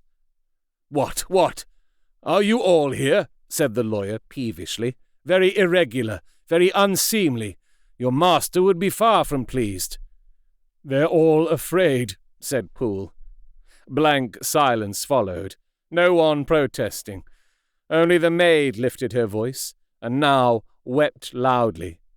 "Hold your tongue," Poole said to her, with a ferocity of accent that testified to his own jangled nerves. And indeed, when the girl had so suddenly raised the note of her lamentation, they had all started and turned towards the inner door with faces of dreadful expectation. "And now," continued the butler, addressing the knife-boy, "reach me a candle, and we'll get this through hands at once." And then he begged Mr. Utterson to follow him, and led the way to the back garden. "Now, sir," said he, "you come as gently as you can. I want you to hear, and I don't want you to be heard. And see here, sir, if by any chance he was to ask you in, don't go." Mr. Utterson's nerves, at this unlooked-for termination, gave a jerk that nearly threw him from his balance. But he recollected his courage, and followed the butler into the laboratory building, through the surgical theatre, with its lumber of crates and bottles, to the foot of the stair. Here Poole motioned him to stand on one side and listen, while he himself, setting down the candle and making a great and obvious call on his resolution, mounted the steps and knocked with a somewhat uncertain hand on the red baize of the cabinet door. "Mr. Utterson, sir, asking to see you," he called, and even as he did so, once more violently signed to the lawyer to give ear. A voice answered from within. "Tell him I cannot see anyone," it said complainingly. "Thank you, sir," said Poole, with a note of something like triumph in his voice, and taking up his candle, he led Mr. Utterson back across the yard and into the great kitchen, where the fire was out and the beetles were leaping on the floor. "Sir," he said, looking Mr. Utterson in the eyes, "was that my master's voice?" "It seems much changed," replied the lawyer, very pale, but giving look for look. "Changed? Well, yes, I think so," said the butler. "Have I been 20 years in this man's house to be deceived about his voice? No, sir. Master's made away with. He was made away with 8 days ago, when we heard him cry out upon the name of God. And who's in there instead of him, and why it stays there, is a thing that cries to heaven, Mr. Utterson." "This is a very strange tale, Poole. This is rather a wild tale, my man," said Mr. Utterson, biting his finger. "Suppose it were as you suppose, supposing Dr. Jekyll to have been, well, murdered. What could induce the murderer to stay? That won't hold water. It doesn't commend itself to reason." "Well, Mr. Utterson, you are a hard man to satisfy, but I'll do it yet," said Poole. "All this last week, you must know, him, or it, whatever it is that lives in that cabinet, has been crying night and day for some sort of medicine, and cannot get it to his mind. It was sometimes his way, the master's that is, to write his orders on a sheet of paper and throw it on the stair. We've had nothing else this week back, nothing but papers and a closed door, and the very meals left there to be smuggled in when nobody was looking. Well, sir, every day, aye, and twice and thrice in the same day, there have been orders and complaints, and I have been sent flying to all the wholesale chemists in town. Every time I brought the stuff back, there would be another paper telling me to return it, because it was not pure, and another order to a different firm. This drug is wanted bitter bad, sir, whatever for. Have you any of these papers? Asked Mr. Utterson. Poole felt in his pocket and handed out a crumpled note, which the lawyer, bending nearer to the candle, carefully examined. Its contents ran thus: Dr. Jekyll presents his compliments to Messrs. Moore. He assures them that their last sample is impure and quite useless for his present purpose. In the year 18, Dr. J purchased a somewhat large quantity from Messrs. M. He now begs them to search with most sedulous care, and should any of the same quality be left, forward it to him at once. Expense is no consideration. The importance of this to Dr. J can hardly be exaggerated. So far the letter had run composedly enough, but here, with a sudden splutter of the pen, the writer's emotion had broken loose. For God's sake, he added, find me some of the old. This is a strange note, said Mr. Utterson, and then, sharply, how do you come to have it open? The man at Moore's was main angry, sir, and he threw it back to me like so much dirt, returned Poole. This is unquestionably the doctor's hand. Do you know? Resumed the lawyer.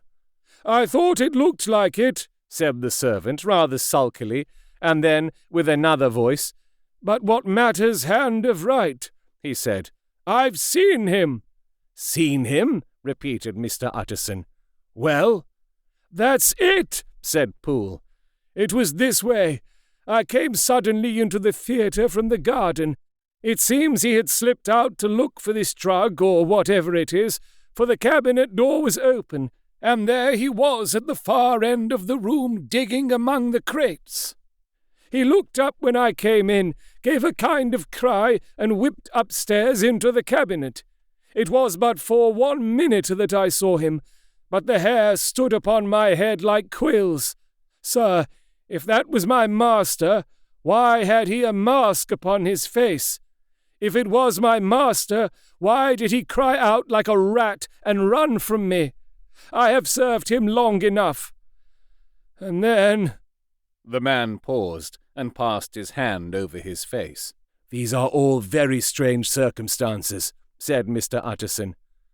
But I think I begin to see daylight. Your master, Poole, is plainly seized with one of those maladies that both torture and deform the sufferer. Hence, for aught I know, the alteration of his voice, hence the mask and the avoidance of his friends, hence his eagerness to find this drug, by means of which the poor soul retains some hope of ultimate recovery. God grant that he be not deceived. There is my explanation. It is sad enough, Poole, aye, and appalling to consider, but it is plain and natural, hangs well together, and delivers us from all exorbitant alarms. Sir, said the butler, turning to a sort of mottled pallor, that thing was not my master, and there's the truth.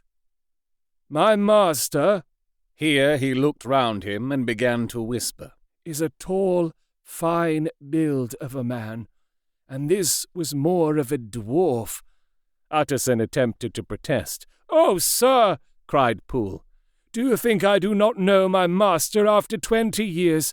Do you think I do not know where his head comes to in the cabinet door, where I saw him every morning of my life? No, sir, that thing in the mask was never Dr. Jekyll.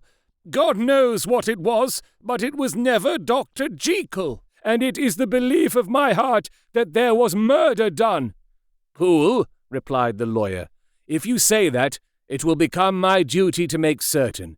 Much as I desire to spare your master's feelings, much as I am puzzled by this note which seems to prove him to be still alive, I shall consider it my duty to break in that door." "Ah, Mr. Utterson, that's talking!" cried the butler. "And now comes the second question," resumed Utterson. "Who is going to do it?" "Why, you and me, sir," was the undaunted reply. "That's very well said," returned the lawyer.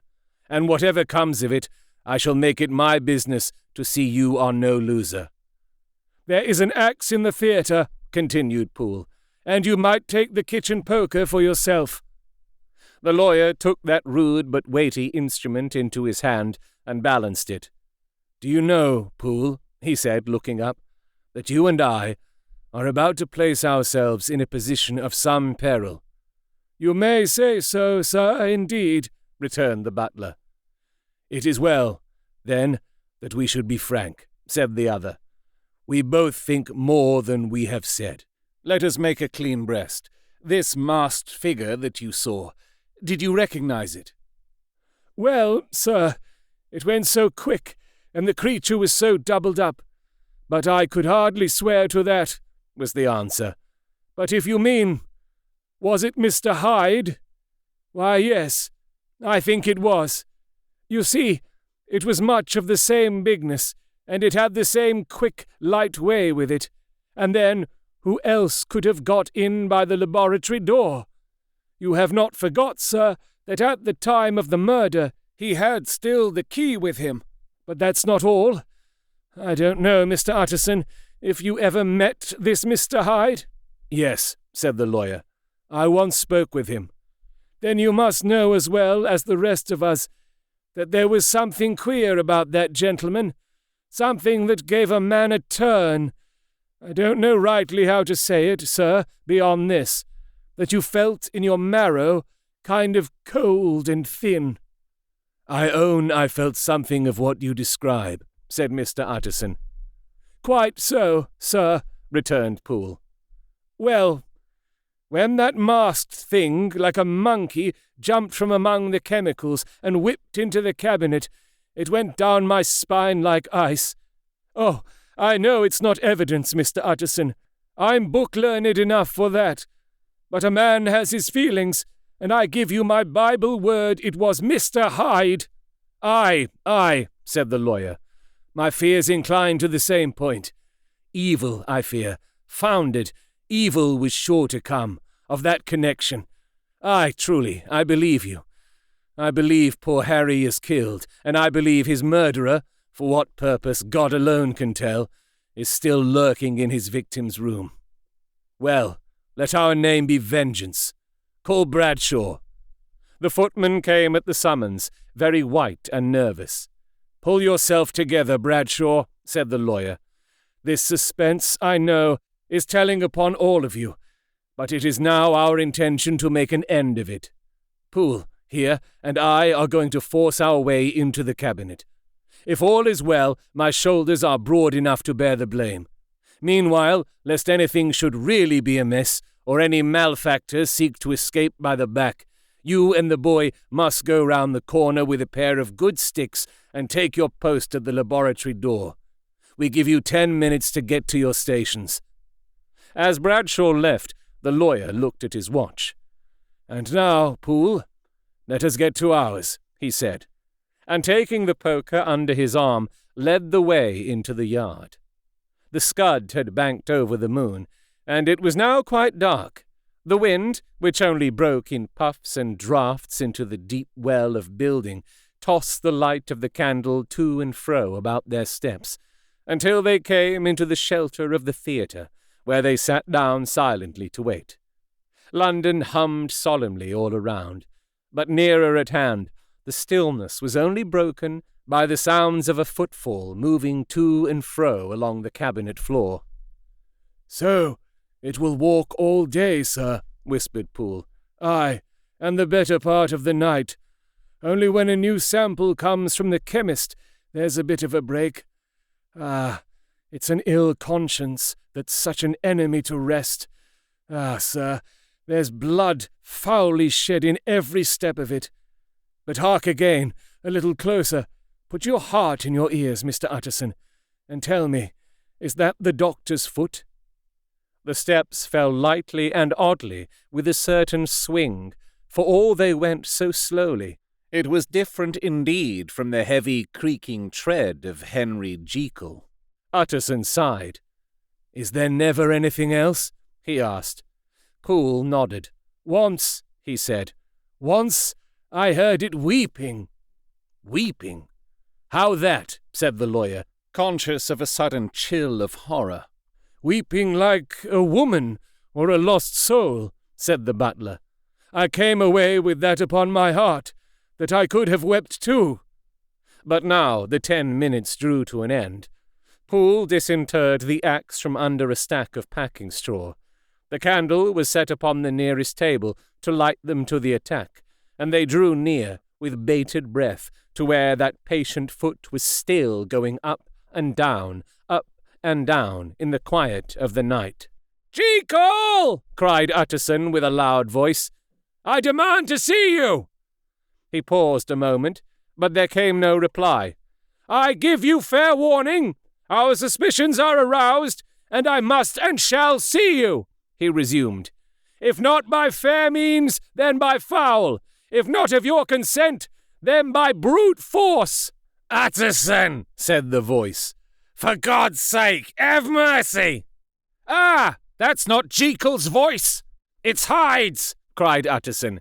"Down with the door, Poole." Poole swung the axe over his shoulder.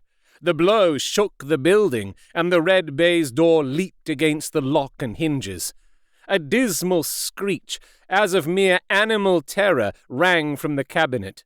Up went the axe again, and again the panels crashed, and the frame bounded. 4 times the blow fell, but the wood was tough, and the fittings were of excellent workmanship, and it was not until the 5th that the lock burst, and the wreck of the door fell inwards on the carpet. The besiegers, appalled by their own riot and the stillness that had succeeded, stood back a little and peered in. There lay the cabinet before their eyes, in the quiet lamplight, a good fire glowing and chattering on the hearth, the kettle singing its thin strain, a drawer or two open, papers neatly set forth on the business table, and nearer the fire, the things laid out for tea, the quietest room, you would have said, and, but for the glazed presses full of chemicals, the most commonplace that night in London.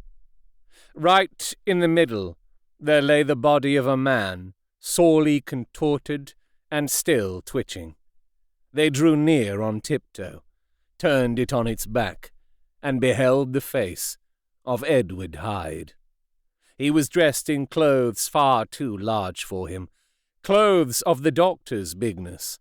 The chords of his face still moved with a semblance of life, but life was quite gone, and by the crushed phial in the hand, and the strong smell of kernels that hung upon the air, Utterson knew that he was looking on the body of a self-destroyer.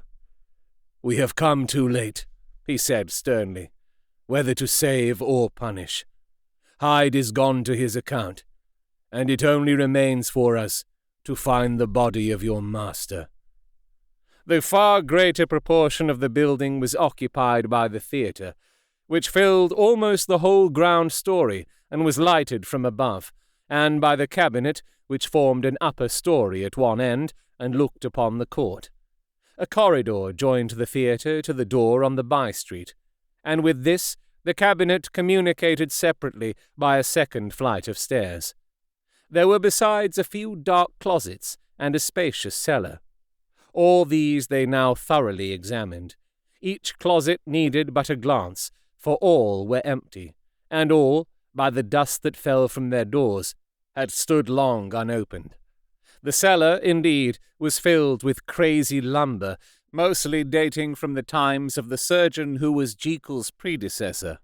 But even as they opened the door, They were advertised of the uselessness of further search by the fall of a perfect mat of cobweb which had for years sealed up the entrance.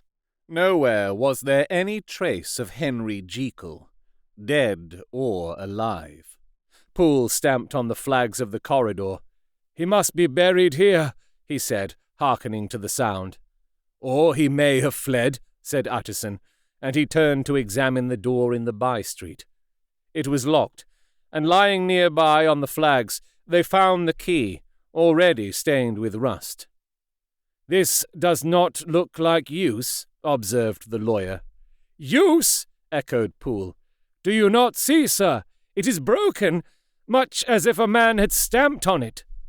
"Aye," continued Utterson, "and the fractures, too, are rusty." The two men looked at each other with a scare. "This is beyond me, Poole," said the lawyer. "Let us go back to the cabinet." They mounted the stair in silence, and still with an occasional awe-struck glance at the dead body, proceeded more thoroughly to examine the contents of the cabinet. At one table there were traces of chemical work, various measured heaps of some white salt being laid on glass saucers, as though for an experiment in which the unhappy man had been prevented.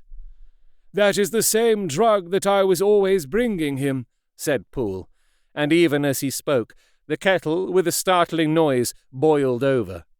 This brought them to the fireside, where the easy-chair was drawn cosily up, and the tea-things stood ready to the sitter's elbow, the very sugar in the cup. There were several books on a shelf. One lay beside the tea-things open, and Utterson was amazed to find it a copy of a pious work, for which Jekyll had several times expressed a great esteem, annotated in his own hand with startling blasphemies. Next, in the course of their review of the chamber, the searchers came to the cheval glass, into whose depths they looked with an involuntary horror. But it was so turned as to show them nothing but the rosy glow playing on the roof, the fire sparkling in 100 repetitions along the glazed front of the presses, and their own pale and fearful countenances stooping to look in. "This glass has seen some strange things, sir," whispered Poole. "And surely none stranger than itself," echoed the lawyer in the same tones. "For what did Jekyll—" He caught himself up at the word with a start, and then, conquering the weakness, "What could Jekyll want with it?" he said. "You may say that," said Poole. Next, they turned to the business table. On the desk, among the neat array of papers, a large envelope was uppermost, and bore, in the doctor's hand, the name of Mr. Utterson.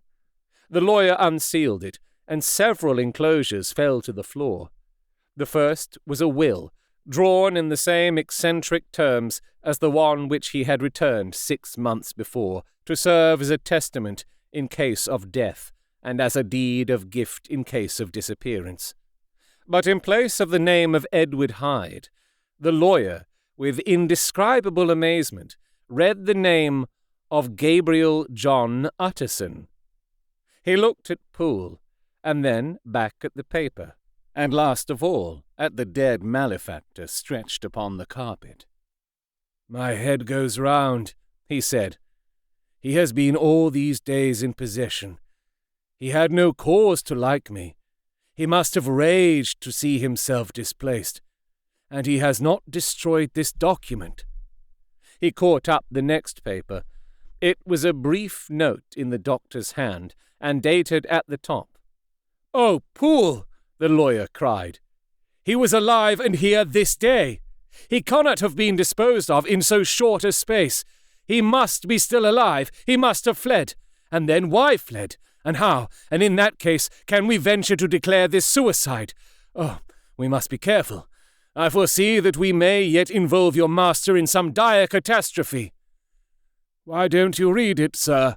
asked Poole. "Because I fear," replied the lawyer solemnly. "God grant I have no cause for it." And with that he brought the paper to his eyes, and read as follows.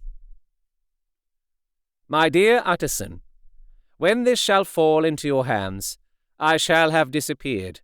Under what circumstances, I have not the penetration to foresee, but my instinct and all the circumstances of my nameless situation tell me that the end is sure and must be early. Go, then, and first read the narrative which Lanyon warned me he was to place in your hands. And if you care to hear more, turn to the confession of your unworthy and unhappy friend, Henry Jekyll. There was a third enclosure? Asked Utterson. Here, sir, said Poole, and gave into his hands a considerable packet, sealed in several places. The lawyer put it in his pocket. I would say nothing of this paper.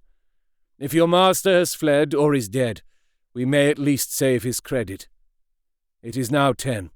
I must go home and read these documents in quiet, but I shall be back before midnight, when we shall send for the police.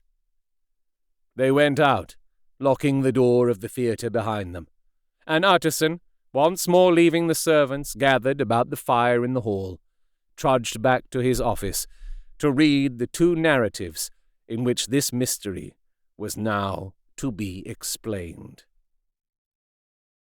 Dr. Lanyon's narrative.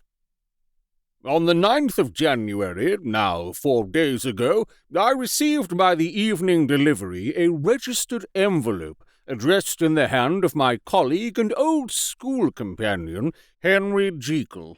I was a good deal surprised by this, for we were by no means in the habit of correspondence. I had seen the man, dined with him, indeed, the night before, and I could imagine nothing in our intercourse that should justify formality of registration. The contents increased my wonder, for this is how the letter ran. 10th December, 18. Dear Lanyon, you are one of my oldest friends, and although we may have differed at times on scientific questions, I cannot remember, at least on my side, any break in our affection. There was never a day when, if you had said to me, Jekyll, my life, my honor, my reason depend upon you, I would not have sacrificed my left hand to help you.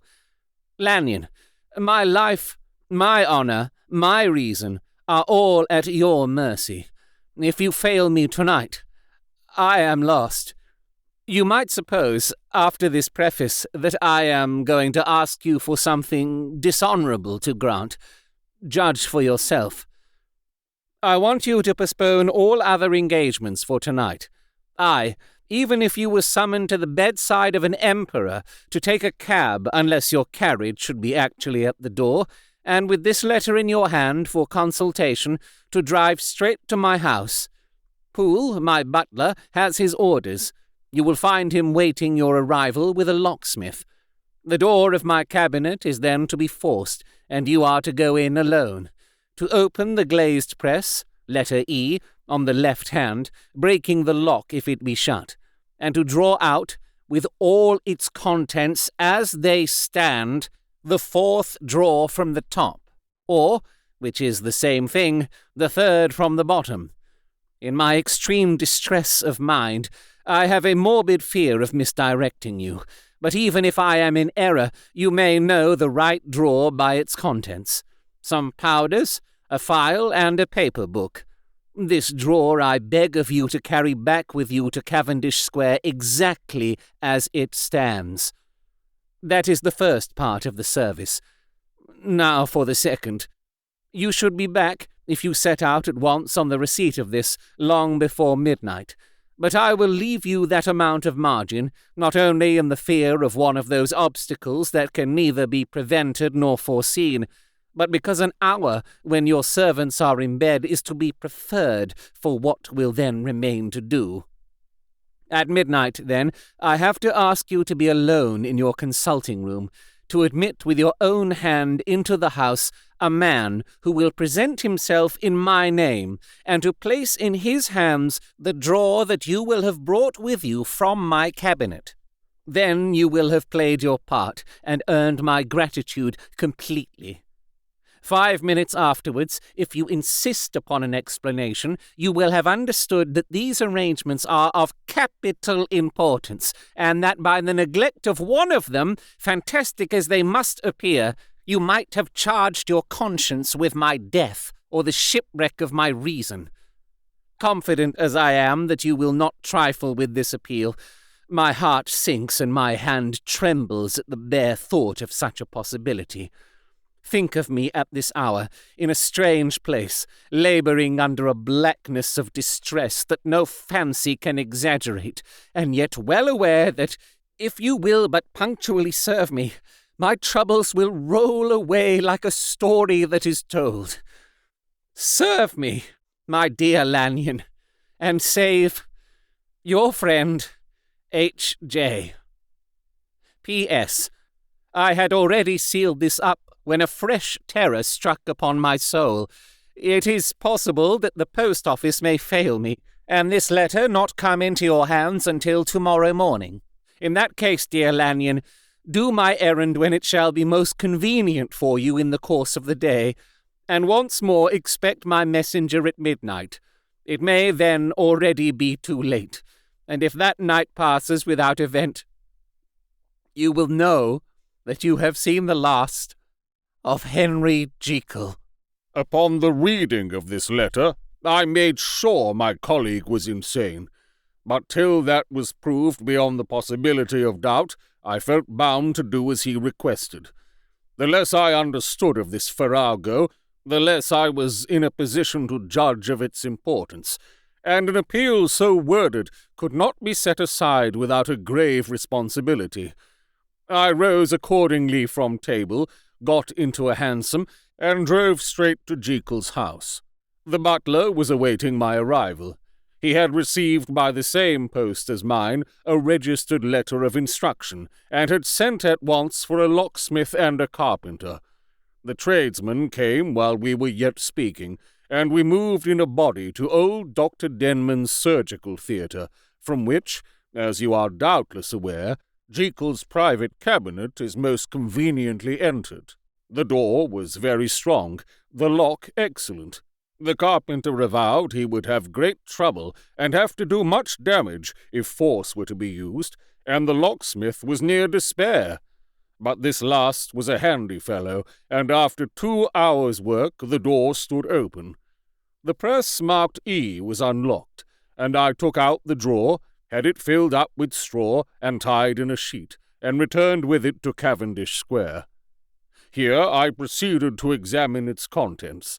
The powders were neatly enough made up, but not with the nicety of the dispensing chemist, so that it was plain that they were of Jekyll's private manufacture, and when I opened one of the wrappers, I found what seemed to me a simple crystalline salt of white colour.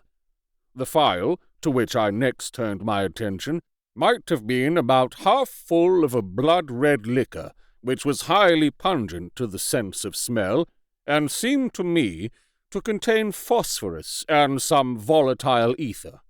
At the other ingredients I could make no guess. The book was an ordinary version book, and contained little but a series of dates. These covered a period of many years, but I observed that the entries ceased nearly a year ago, and quite abruptly. Here and there a brief remark was appended to a date, usually no more than a single word, double, occurring perhaps 6 times in a total of several hundred entries, and once very early in the list and followed by several marks of exclamation, total failure. All this, though it whetted my curiosity, told me little that was definite. Here were a phial of some salt and the record of a series of experiments that had led, like too many of Jekyll's investigations, to no end of practical usefulness. How could the presence of these articles in my house affect either the honour, the sanity, or the life of my flighty colleague? If his messenger could go to one place, why could he not go to another? And even granting some impediment, why was this gentleman to be received by me in secret? The more I reflected, the more convinced I grew I was dealing with a case of cerebral disease, and though I dismissed my servants to bed, I loaded an old revolver, that I might be found in some posture of self-defence. 12 o'clock had scarce rung out over London, ere the knocker sounded very gently on the door. I went myself at the summons, and found a small man crouching against the pillars of the portico. "Are you come from Dr. Jekyll?" I asked. He told me yes, by a constrained gesture, and when I had bidden him enter, he did not obey me without a searching backward glance into the darkness of the square. There was a policeman not far off, advancing with his bull's eye open, and at the sight I thought my visitor started and made greater haste. These particulars struck me, I confess, disagreeably, and as I followed him into the bright light of the consulting-room, I kept my hand ready on my weapon. Here, at last, I had a chance of clearly seeing him. I had never set eyes on him before, so much was certain. He was small, as I have said.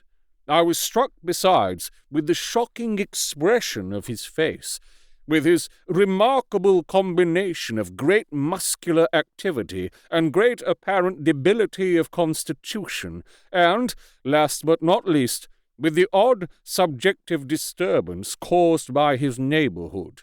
This bore some resemblance to incipient rigour, and was accompanied by a marked sinking of the pulse. At the time, I set it down to some idiosyncratic personal distaste, and merely wondered at the acuteness of the symptoms.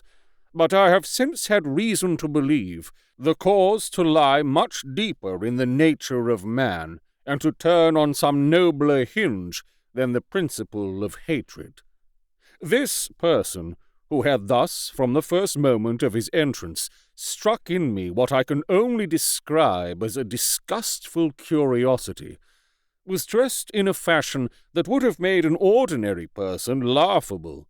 His clothes, that is to say, although they were of rich and sober fabric, were enormously too large for him in every measurement, the trousers hanging on his legs and rolled up to keep them from the ground, the waist of the coat below his haunches, and the collar sprawling wide upon his shoulders. Strange to relate, this ludicrous accoutrement was far from moving me to laughter. Rather, as there was something abnormal and misbegotten in the very essence of the creature that now faced me, something seizing, surprising, and revolting, this fresh disparity seemed but to fit in with and to reinforce it, so that to my interest in the man's nature and character there was added a curiosity as to his origin, his life, his fortune and status in the world. These observations, though they have taken so great a space to be set down in, were yet the work of a few seconds. My visitor was, indeed, on fire with sombre excitement. "Have you got it?" he cried. "Have you got it?"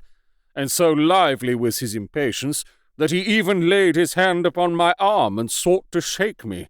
I put him back, conscious at his touch of a certain icy pang along my blood.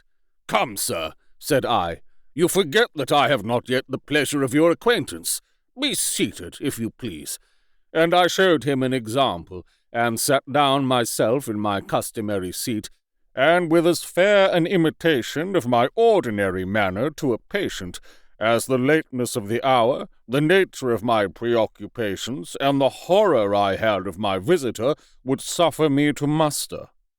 "I beg your pardon, Dr. Lanyon," he replied civilly enough. "What you say is very well-founded, and my impatience has shown its heels to my politeness. I come here at the instance of your colleague, Dr. Henry Jekyll, on a piece of business of some moment, and I understood." He paused and put his hand to his throat, and I could see, in spite of his collected manner, that he was wrestling against the approaches of the hysteria. "I understood a draw," But here I took pity on my visitor's suspense, and some, perhaps, on my own growing curiosity. "There it is, sir," said I, pointing to the drawer, where it lay on the floor behind a table, and still covered with the sheet. He sprang to it, and then paused, and laid his hand upon his heart. I could hear his teeth grate with the convulsive action of his jaws, and his face was so ghastly to see that I grew alarmed both for his life and reason. "Compose yourself," said I. He turned a dreadful smile to me, and, as if with the decision of despair, plucked away the sheet. At sight of the contents, he uttered one loud sob of such immense relief that I sat petrified, and, the next moment, in a voice that was already fairly well under control, "Have you a graduated glass?" he asked. I rose from my place with something of an effort and gave him what he asked. He thanked me with a smiling nod, measured out a few minims of the red tincture, and added one of the powders. The mixture, which was at first of a reddish hue, began, in proportion as the crystals melted, to brighten in colour, to effervesce audibly, and to throw off small fumes of vapour. Suddenly, and at the same moment, the ebullition ceased, and the compound changed to a dark purple, which faded again more slowly to a watery green. My visitor, who had watched these metamorphoses with a keen eye, smiled, set down the glass upon the table, and then turned and looked upon me with an air of scrutiny. "And now," said he, "to settle what remains. Will you be wise? Will you be guided? Will you suffer me to take this glass in my hand, and to go forth from your house without further parley? Or has the greed of curiosity too much command of you? Think before you answer, for it shall be done as you decide. As you decide, you shall be left as you were before, and neither richer nor wiser, unless the sense of service rendered to a man in mortal distress may be counted as a kind of riches of the soul. Or, if you shall so prefer to choose, a new province of knowledge and new avenues of fame and power shall be laid open to you, here, in this room, upon the instant, and your sight shall be blasted by a prodigy to stagger the unbelief of Satan." "Sir," said I, affecting a coolness that I was far from truly possessing, "you speak enigmas, and you will perhaps not wonder that I hear you with no very strong impression of belief. But I have gone too far in the way of inexplicable services to pause before I see the end." "It is well," replied my visitor. "Lanyon, you remember your vows. What follows is under the seal of our profession. And now, you who have so long been bound to the most narrow and material views, you who have denied the virtue of transcendental medicine, you who have derided your superiors, behold!"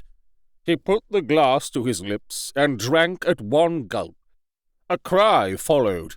He reeled, staggered, clutched at the table and held on, staring with injected eyes, gasping with open mouth. And as I looked, there came, I thought, a change. He seemed to swell. His face became suddenly black, and the features seemed to melt and alter. And the next moment I had sprung to my feet and leaped back against the wall, my arms raised to shield me from that prodigy, my mind submerged in terror.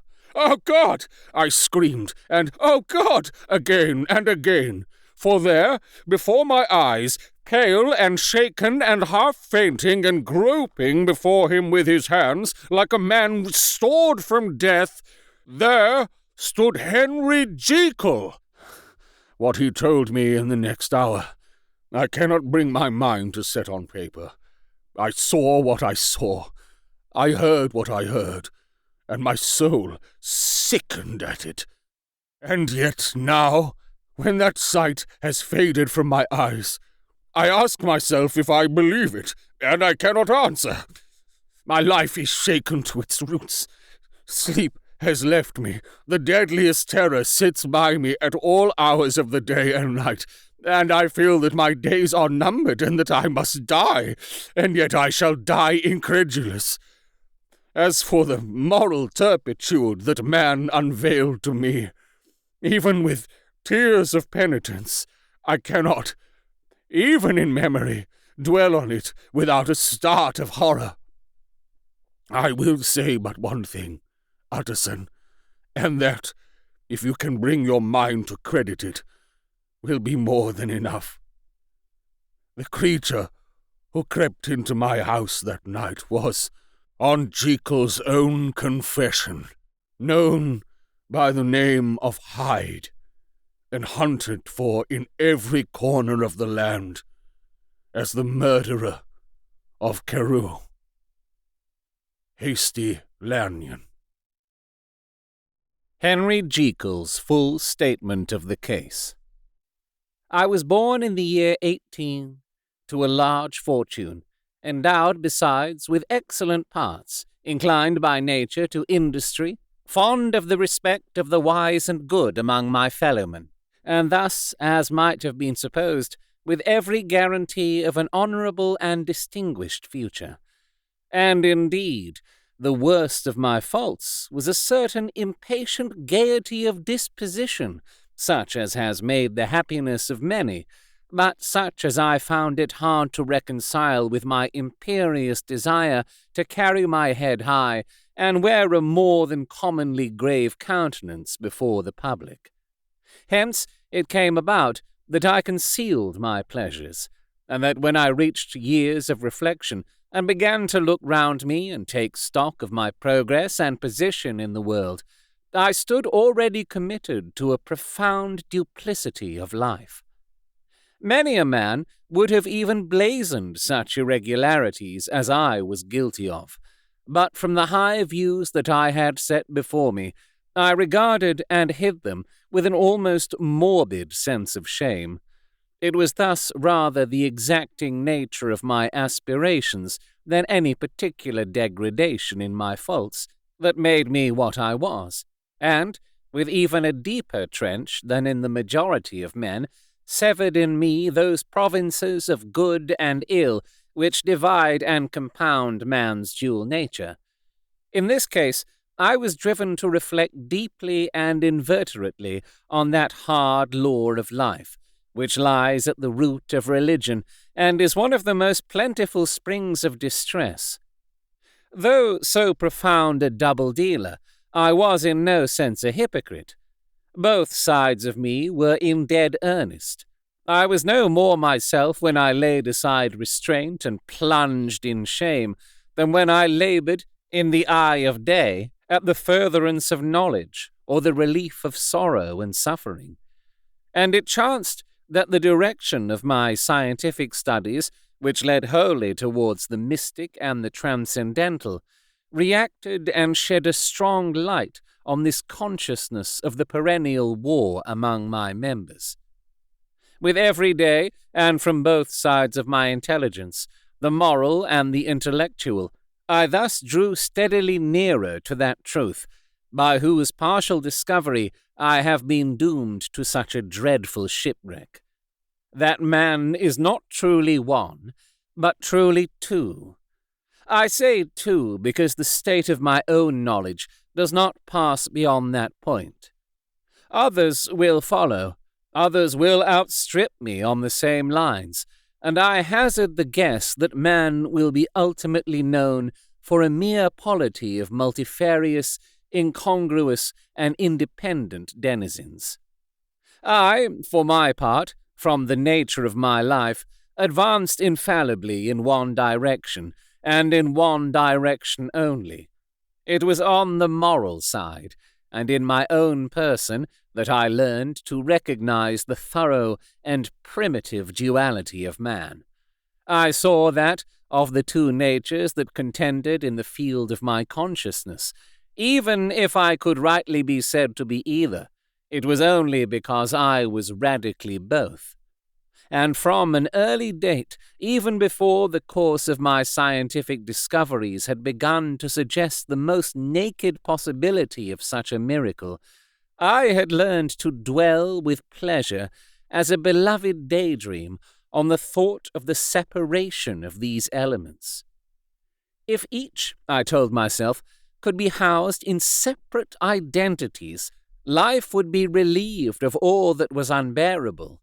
The unjust might go his way, delivered from the aspirations and remorse of his more upright twin, and the just could walk steadfastly and securely on his upward path, doing the good things in which he found his pleasure, and no longer exposed to disgrace and penitence by the hands of this extraneous evil.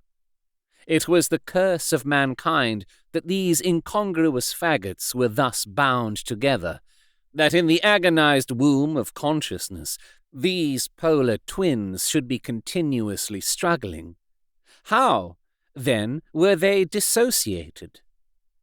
I was so far in my reflections when, as I have said, a sidelight began to shine upon the subject from the laboratory table. I began to perceive more deeply than it has ever yet been stated the trembling immateriality, the mist-like transience of this seemingly so solid body in which we walk attired. Certain agents I found to have the power to shake and pluck back that fleshy vestment, even as a wind might toss the curtains of a pavilion. For two good reasons, I will not enter deeply into this scientific branch of my confession. First, because I have been made to learn that the doom and burthen of our life is bound forever on man's shoulders, and when the attempt is made to cast it off, it but returns upon us with more unfamiliar and more awful pressure. Second, because, as my narrative will make, alas, too evident, my discoveries were incomplete. Enough, then, that I not only recognized my natural body from the mere aura and effulgence of certain of the powers that made up my spirit, but managed to compound a drug by which these powers should be dethroned from their supremacy, and a second form and countenance substituted, none the less natural to me, because they were the expression and bore the stamp of lower elements in my soul. I hesitated long before I put this theory to the test of practice. I knew well that I risked death, for any drug that so potently controlled and shook the very fortress of identity might, by the least scruple of an overdose, or at the least inopportunity in the moment of exhibition, utterly blot out that immaterial tabernacle which I looked to it to change. But the temptation of a discovery so singular and profound at last overcame the suggestions of alarm. I had long since prepared my tincture. I purchased at once from a firm of wholesale chemists a large quantity of a particular salt which I knew, from my experiments, to be the last ingredient required. And late one accursed night I compounded the elements, watched them boil and smoke together in the glass, and when the ebullition had subsided, with a strong glow of courage, drank off the potion. The most racking pangs succeeded, a grinding in the bones, deadly nausea, and a horror of the spirit that cannot be exceeded at the hour of birth or death. Then these agonies began swiftly to subside, and I came to myself as if out of a great sickness. There was something strange in my sensations, something indescribably new, and, from its very novelty, incredibly sweet. I felt younger, lighter, happier in body. Within, I was conscious of a heady recklessness, a current of disordered sensual images running like a mill race in my fancy, a solution of the bonds of obligation, an unknown but not an innocent freedom of the soul. I knew myself, at the first breath of this new life, to be more wicked, tenfold more wicked, sold a slave to my original evil, and the thought, in that moment, braced and delighted me like wine. I stretched out my hands, exulting in the freshness of these sensations, and in the act I was suddenly aware that I had lost in stature. There was no mirror at that date in my room. That which stands beside me as I write was brought there later on, and for the very purpose of these transformations. The night, however, was far gone into the morning. The morning, black as it was nearly ripe for the conception of the day. The inmates of my house were locked in the most rigorous hours of slumber, and I determined, flushed as I was with hope and triumph, to venture in my new shape as far as to my bedroom. I crossed the yard, wherein the constellations looked down upon me. I could have thought with wonder, the first creature of that sort, that their unsleeping vigilance had yet disclosed to them. I stole through the corridors, a stranger in my own house, and coming to my room, I saw, for the first time, the appearance of Edward Hyde.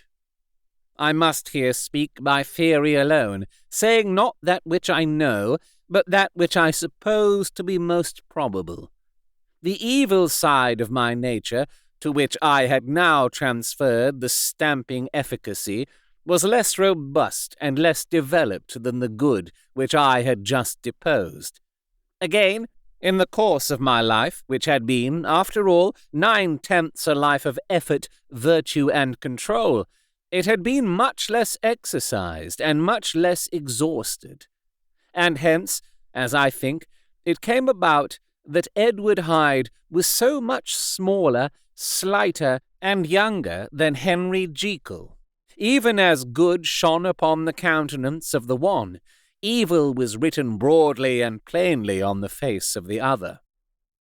Evil, besides, which I must still believe to be the lethal side of man, had left on that body an imprint of deformity and decay. And yet, when I looked upon that ugly idol in the glass, I was conscious of no repugnance, rather of a leap of welcome. This, too, was myself. It seemed natural and human. In my eyes it bore a livelier image of the spirit. It seemed more express and single than the imperfect and divided countenance I had been hitherto accustomed to call mine. And in so far I was doubtless right. I have observed that when I wore the semblance of Edward Hyde, none could come near to me at first without a visible misgiving of the flesh. This, as I take it, was because all human beings, as we meet them, are commingled out of good and evil, and Edward Hyde, alone in the ranks of mankind, was pure evil. I lingered but a moment at the mirror. The second and conclusive experiment had yet to be attempted.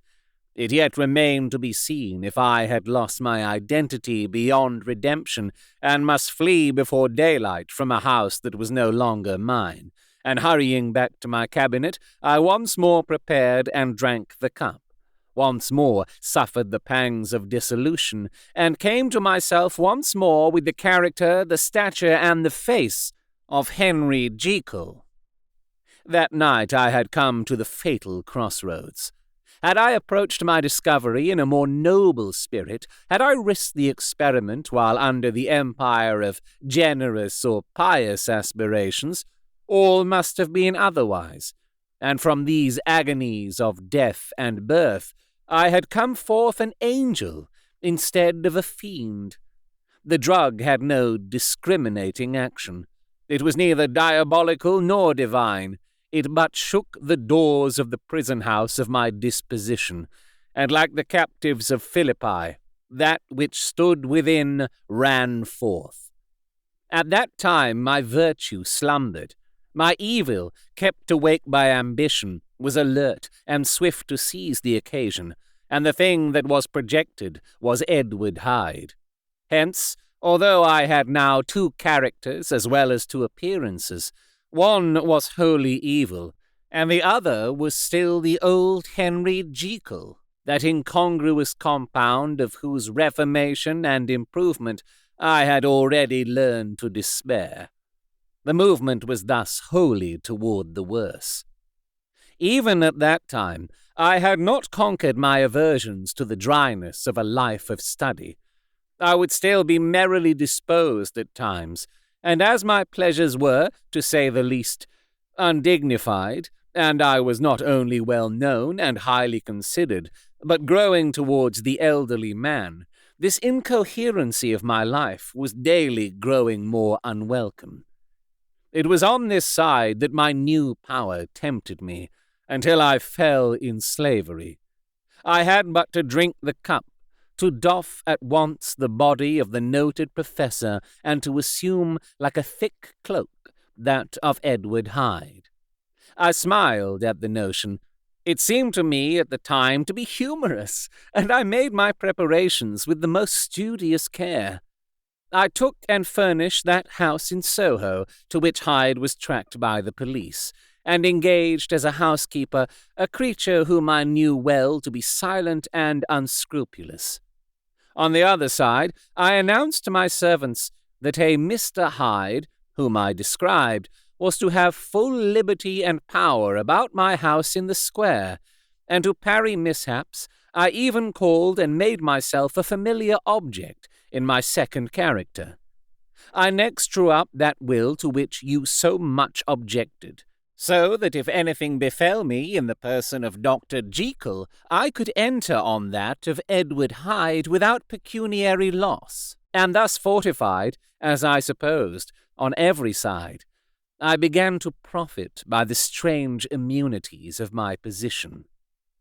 Men have before hired bravos to transact their crimes, while their own person and reputation sat under shelter. I was the first that ever did so for his pleasures.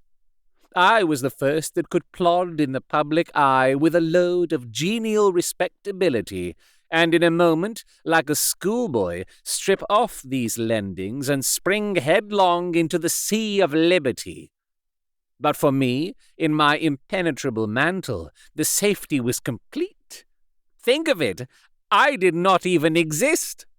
Let me but escape into my laboratory door, give me but a second or two to mix and swallow the draught that I had always standing ready, and whatever he had done, Edward Hyde would pass away like the stain of breath upon a mirror, and there in his stead, quietly at home, trimming the midnight lamp in his study, a man who could afford to laugh at suspicion, would be Henry Jekyll. The pleasures which I made haste to seek in my disguise were, as I have said, undignified. I would scarce use a harder term, but in the hands of Edward Hyde they soon began to turn toward the monstrous. When I would come back from these excursions, I was often plunged into a kind of wonder at my vicarious depravity. This familiar that I called out of my own soul and set forth alone to do his good pleasure was a being inherently malign and villainous, his every act and thought centered on self, drinking pleasure with bestial avidity from any degree of torture to another, relentless like a man of stone. Henry Jekyll stood at times aghast before the acts of Edward Hyde. But the situation was apart from ordinary laws, and insidiously relaxed the grasp of conscience. It was Hyde, after all, and Hyde alone, that was guilty. Jekyll was no worse. He woke again to his good qualities, seemingly unimpaired. He would even make haste, where it was possible, to undo the evil done by Hyde, and thus his conscience slumbered. Into the details of the infamy at which I thus connived, for even now I can scarce grant that I committed it, I have no design of entering. I mean but to point out the warnings and the successive steps with which my chastisement approached. I met with one accident which, as it brought on no consequence, I shall no more than mention. An act of cruelty to a child aroused against me the anger of a passer-by, whom I recognized the other day in the person of your kinsman. The doctor and the child's family joined him. There were moments when I feared for my life, and at last, in order to pacify their too just resentment, Edward Hyde had to bring them to the door and pay them in a cheque drawn in the name of Henry Jekyll. But this danger was easily eliminated from the future by opening an account at another bank in the name of Edward Hyde himself, and when, by sloping my own hand backward, I had supplied my double with a signature, I thought I sat beyond the reach of fate. Some 2 months before the murder of Sir Danvers, I had been out for one of my adventures, had returned at a late hour, and woke the next day in bed with somewhat odd sensations. It was in vain I looked about me. In vain I saw the decent furniture and tall proportions of my room in the square. In vain that I recognized the pattern of the bed curtains and the design of the mahogany frame. Something still kept insisting that I was not where I was, that I had not wakened where I seemed to be, but in the little room in Soho where I was accustomed to sleep in the body of Edward Hyde. I smiled to myself, and in my psychological way began lazily to inquire into the elements of this illusion, occasionally, even as I did so, dropping back into a comfortable morning doze. I was still so engaged when, in one of my more wakeful moments, my eyes fell upon my hand. Now, the hand of Henry Jekyll, as you have often remarked, was professional in shape and size. It was large, firm, white, and comely, but the hand which I now saw clearly enough in the yellow light of a mid-London morning, lying half shut on the bedclothes, was lean, corded, knuckly, of a dusky pallor, and thickly shaded with a swart growth of hair. It was the hand of Edward Hyde. I must have stared upon it for near half a minute, sunk as I was in the mere stupidity of wonder, before terror woke up in my breast as sudden and startling as the crash of cymbals, and bounding from my bed I rushed to the mirror. At the sight that met my eyes, my blood was changed into something exquisitely thin and icy. Yes, I had gone to bed Henry Jekyll. I had awakened Edward Hyde. How was this to be explained? I asked myself, and then, with another bound of terror, how was it to be remedied? It was well on in the morning. The servants were up. All my drugs were in the cabinet. A long journey down 2 pairs of stairs, through the back passage, across the open court, and through the anatomical theatre, from where I was then standing horror-struck. It might indeed be possible to cover my face, but of what use was that when I was unable to conceal the alteration in my stature? And then, with an overpowering sweetness of relief, it came back upon my mind that the servants were already used to the coming and going of my second self. I had soon dressed, as well as I was able, in clothes of my own size, had soon passed through the house, where Bradshaw stared and drew back at seeing Mr. Hyde at such an hour, and in such a strange array, and 10 minutes later Dr. Jekyll had returned to his own shape and was sitting down, with a darkened brow, to make a feint of breakfasting. Small indeed was my appetite. This inexplicable incident, this reversal of my previous experience, seemed, like the Babylonian finger on the wall, to be spelling out the letters of my judgment, and I began to reflect more seriously than ever before on the issues and possibilities of my double existence. That part of me which I had the power of projecting had lately been much exercised and nourished. It had seemed to me of late as though the body of Edward Hyde had grown in stature, as though, when I wore that form, I were conscious of a more generous tide of blood, and I began to spy a danger that, if this were much prolonged, the balance of my nature might be permanently overthrown, the power of voluntary change be forfeited, and the character of Edward Hyde become irrevocably mine. The power of the drug had not been always equally displayed. Once, very early in my career, it had totally failed me. Since then I had been obliged on more than one occasion to double, and once, with infinite risk of death, to treble the amount.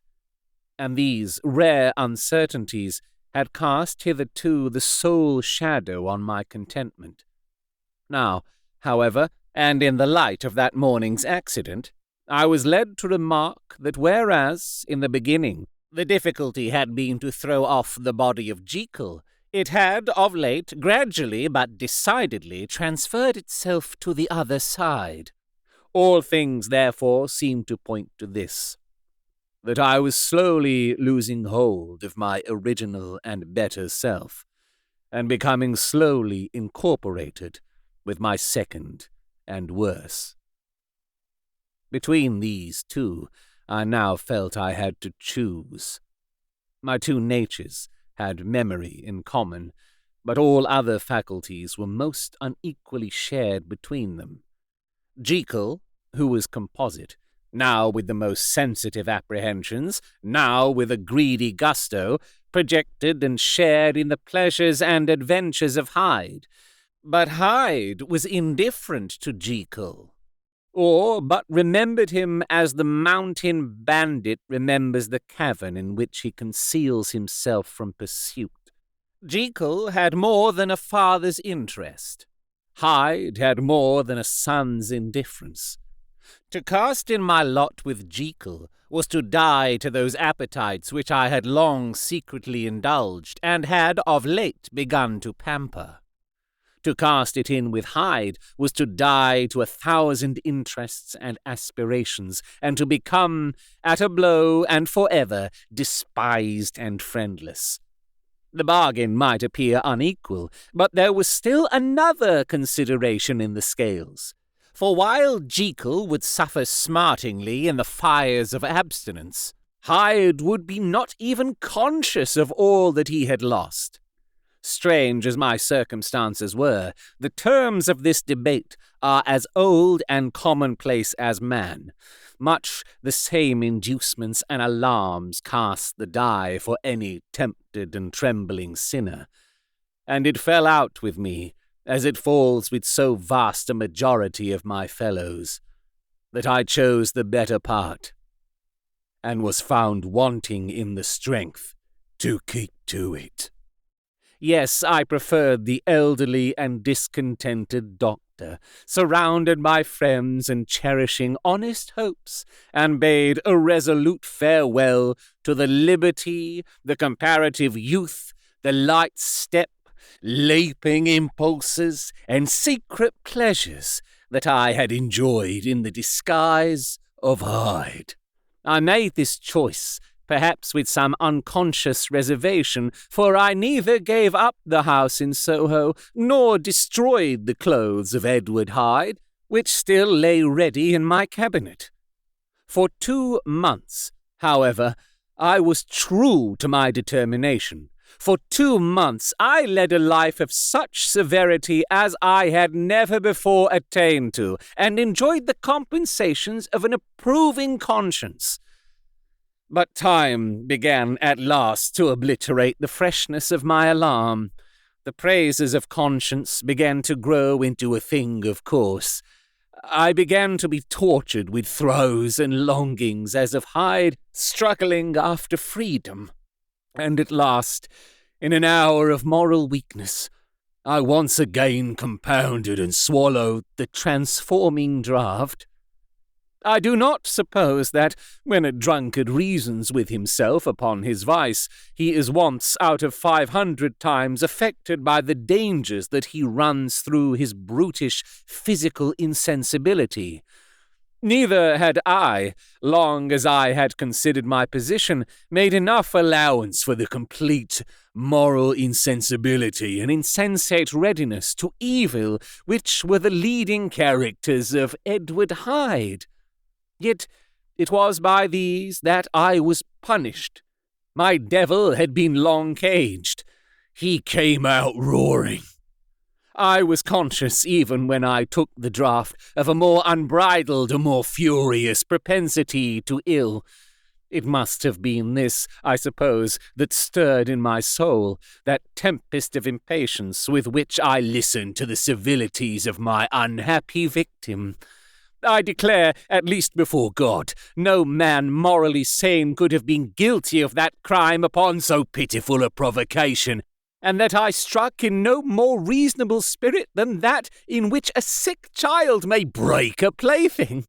But I had voluntarily stripped myself of all those balancing instincts, by which even the worst of us continues to walk with some degree of steadiness among temptations, and, in my case, to be tempted, however slightly, was to fall.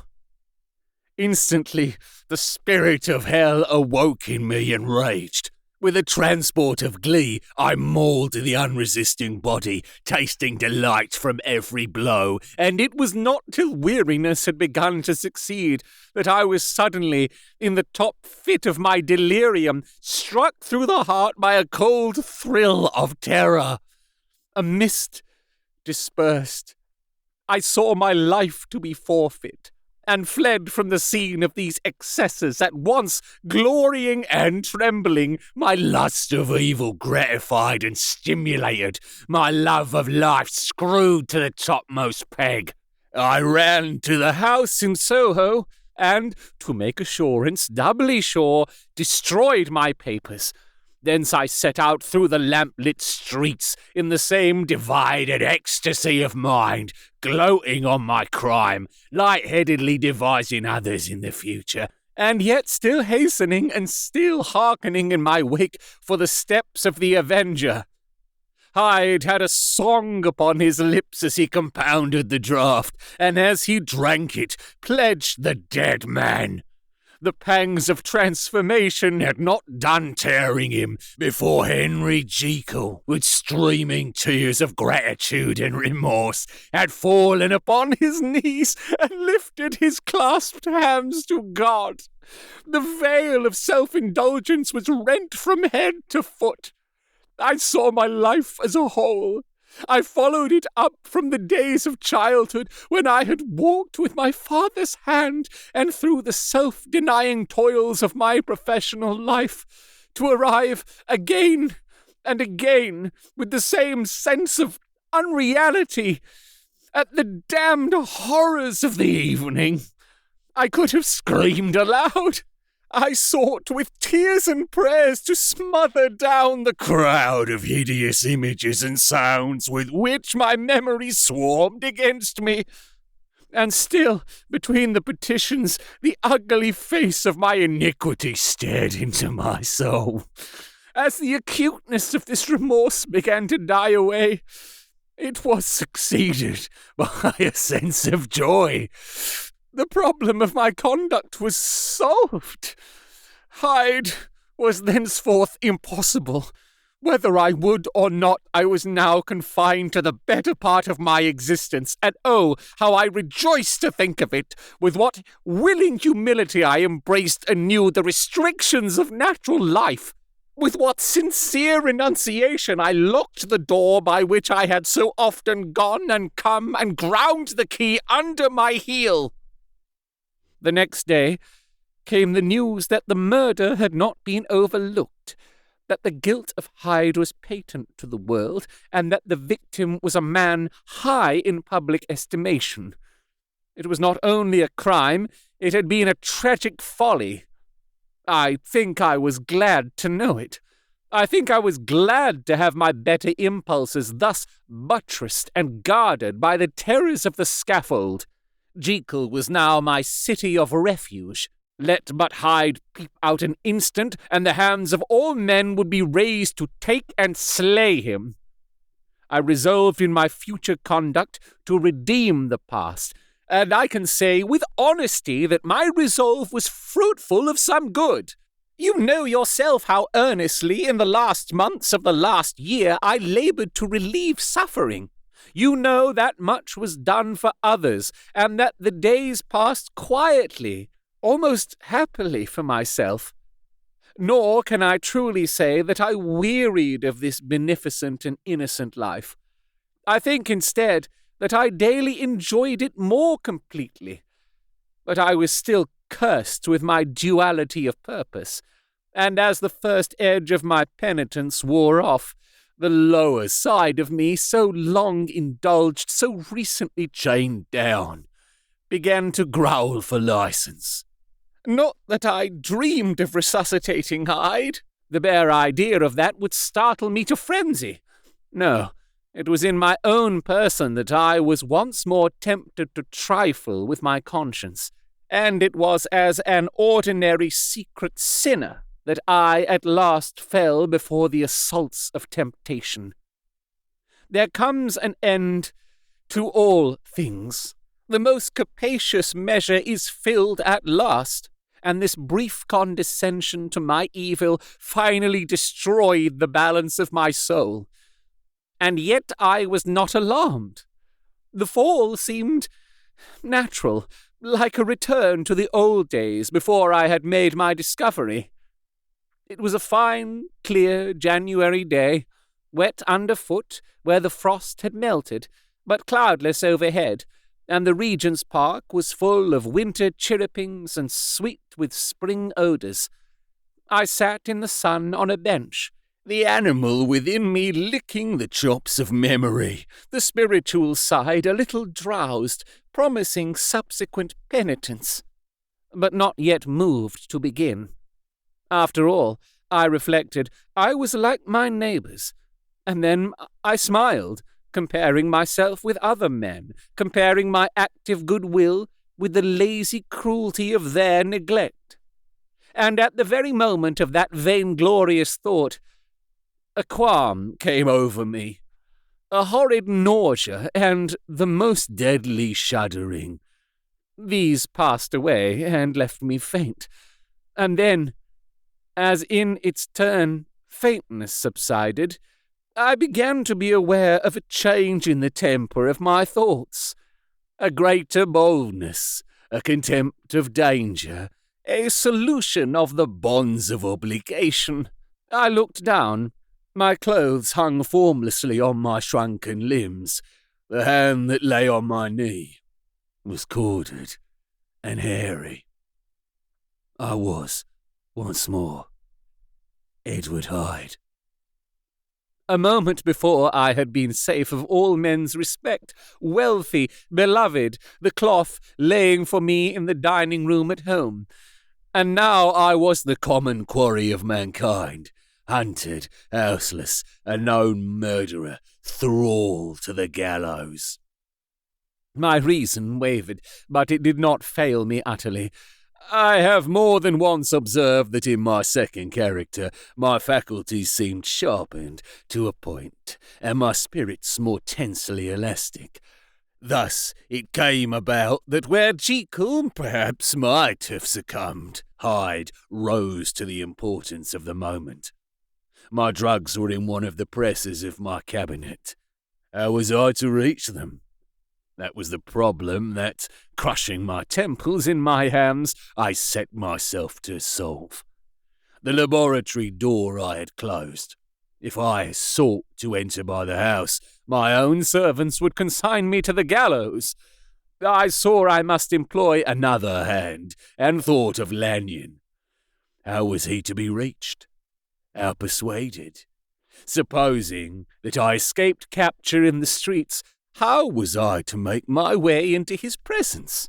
And how should I, an unknown and displeasing visitor, prevail on the famous physician to rifle the study of his colleague, Dr. Jekyll? Then I remembered that of my original character. One part remained to me. I could write my own hand, and once I had conceived that kindling spark, the way that I must follow became lighted up from end to end. Thereupon I arranged my clothes as best I could, and summoning a passing hansom, drove to an hotel in Portland Street, the name of which I chanced to remember. At my appearance, which was indeed comical enough, however tragic a fate these garments covered, the driver could not conceal his mirth. I gnashed my teeth upon him with a gust of devilish fury, and the smile withered from his face. Happily for him, yet more happily for myself, for in another instant I had certainly dragged him from his perch. At the inn, as I entered, I looked about me with so black a countenance as made the attendants tremble. Not a look did they exchange in my presence, but obsequiously took my orders, led me to a private room, and brought me wherewithal to write. Hyde, in danger of his life, was a creature new to me, shaken with inordinate anger, strung to the pitch of murder, lusting to inflict pain. Yet the creature was astute, mastered his fury with a great effort of the will, composed his 2 important letters, one to Lanyon and one to Poole, and that he might receive actual evidence of their being posted, sent them out with directions that they should be registered. Thenceforward, he sat all day over the fire in the private room, gnawing his nails. There he dined, sitting alone with his fears, the waiter visibly quailing before his eye, and thence, when the night was fully come, he set forth in the corner of a closed cab, and was driven to and fro about the streets of the city. He, I cannot say I, that child of hell had nothing human, nothing lived in him but fear and hatred. And when at last, thinking the driver had begun to grow suspicious, he discharged the cab and ventured on foot, attired in his misfitting clothes, an object marked out for observation, into the midst of the nocturnal passengers. These 2 base passions raged within him like a tempest. He walked fast, hunted by his fears, chattering to himself, skulking through the less frequented thoroughfares, counting the minutes that still divided him from midnight. Once a woman spoke to him, offering, I think, a box of lights. He smote her in the face, and she fled. When I came to myself at Lanyon's, the horror of my old friend perhaps affected me somewhat. I do not know. It was at least but a drop in the sea to the abhorrence with which I looked back upon these hours. A change had come over me. It was no longer the fear of the gallows, it was the horror of being Hyde that racked me. I received Lanyon's condemnation partly in a dream. It was partly in a dream that I came home to my own house and got into bed. I slept after the prostration of the day with a stringent and profound slumber which not even the nightmares that wrung me could avail to break. I awoke in the morning shaken, weakened, but refreshed. I still hated and feared the thought of the brute that slept within me, and I had not, of course, forgotten the appalling dangers of the day before. But I was once more at home, in my own house, and close to my drugs, and gratitude for my escape shone so strong in my soul that it almost rivaled the brightness of hope. I was stepping leisurely across the court after breakfast, drinking the chill of the air with pleasure, when I was seized again with those indescribable sensations that heralded the change, and I had but the time to gain the shelter of my cabinet before I was once again raging and freezing with the passions of Hyde. It took on this occasion a double dose to recall me to myself, and alas, 6 hours after, as I sat looking sadly in the fire, the pangs returned and the drug had to be re-administered. In short, from that day forth, it seemed only by a great effort as of gymnastics, and only under the immediate stimulation of the drug, that I was able to wear the countenance of Jekyll. At all hours of the day and night, I would be taken with the premonitory shudder. Above all, if I slept, or even dozed for a moment in my chair, it was always as Hyde that I awakened. Under the strain of this continually impending doom, and by the sleeplessness to which I now condemned myself, even beyond what I had thought possible to man, I became, in my own person, a creature eaten up and emptied by fever, languidly weak both in body and mind, and solely occupied by one thought, the horror of my other self. But when I slept, or when the virtue of the medicine wore off, I would leap almost without transition, for the pangs of transformation grew daily less marked, into the possession of a fancy brimming with images of terror, a soul boiling with causeless hatreds, and a body that seemed not strong enough to contain the raging energies of life. The powers of Hyde seemed to have grown with the sickliness of Jekyll, and certainly the hate that now divided them was equal on each side. With Jekyll, it was a thing of vital instinct. He had now seen the full deformity of that creature that shared with him some of the phenomena of consciousness, and was co-heir with him to death. And beyond these links of community, which in themselves made the most poignant part of his distress, he thought of Hyde, for all his energy of life, as of something not only hellish, but inorganic. This was the shocking thing, that the slime of the pit seemed to utter cries and voices, that the amorphous dust gesticulated and sinned, that what was dead and had no shape should usurp the offices of life. And this again, but that insurgent horror was knit to him closer than a wife, closer than an eye, lay caged in his flesh, where he heard it mutter and felt it struggle to be born, and at every hour of weakness and in the confidence of slumber prevailed against him and deposed him out of life. The hatred of Hyde for Jekyll was of a different order. His terror of the gallows drove him continually to commit temporary suicide and return to his subordinate station of a part instead of a person. But he loathed the necessity, he loathed the despondency into which Jekyll was now fallen, and he resented the dislike with which he was himself regarded. Hence the ape-like tricks that he would play me, scrawling in my own hand blasphemies on the pages of my books, burning the letters and destroying the portrait of my father. And indeed, had it not been for his fear of death, he would long ago have ruined himself in order to involve me in the ruin. But his love of life is wonderful. I go further. I, who sicken and freeze at the mere thought of him, when I recall the abjection and passion of this attachment, and when I know how he fears my power to cut him off by suicide, I find it in my heart to pity him. It is useless, and the time awfully fails me to prolong this description. No one has ever suffered such torments. Let that suffice. And yet even to these, habit brought, no, not alleviation, but a certain callousness of soul, a certain acquiescence of despair, and my punishment might have gone on for years, but for the last calamity which has now fallen, and which has finally severed me from my own face and nature. My provision of the salt, which had never been renewed since the date of the first experiment, began to run low. I sent out for a fresh supply and mixed the draught. The ebullition followed, and the first change of colour, not the second.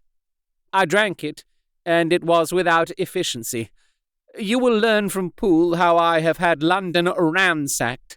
It was in vain, and I am now persuaded that my first supply was impure, and that it was that unknown impurity which lent efficacy to the draught. About a week has passed, and I am now finishing this statement under the influence of the last of the old powders. This, then, is the last time, short of a miracle, that Henry Jekyll can think his own thoughts, or see his own face, now how sadly altered in the glass. Nor must I delay too long to bring my writing to an end, for if my narrative has hitherto escaped destruction, it has been by a combination of great prudence and great good luck. Should the throes of change take me in the act of writing it, Hyde will tear it in pieces. But if some time shall have elapsed after I have laid it by, his wonderful selfishness and circumscription to the moment will probably save it once again from the action of his ape-like spite. And indeed the doom that is closing on us both has already changed and crushed him. Half an hour from now, when I shall again and forever re-endue that hated personality, I know how I shall sit, shuddering and weeping in my chair, or continue with the most strained and fear-struck ecstasy of listening to pace up and down this room, my last earthly refuge, and give ear to every sound of menace. Will Hyde die upon the scaffold, or will he find courage to release himself at the last moment? God knows. I am careless. This is my true hour of death, and what is to follow concerns another than myself. Here, then, as I lay down the pen and proceed to seal up my confession, I bring the life of that unhappy Henry Jekyll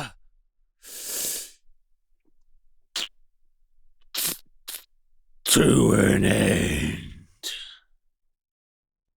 If you like what you heard, please consider joining my Patreon at patreon.com/Bailey's Bookshelf Podcast, where you'll find a range of benefits such as voting rights on future seasons, Patreon-exclusive productions, and even more. You can also make a one-off donation to support this project at buymeacoffee.com/RJ Bailey.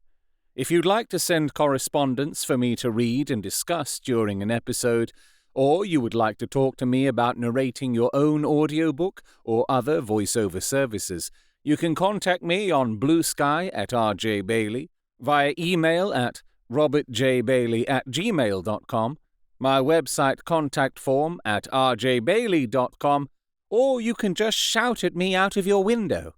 Maybe the wind will catch it.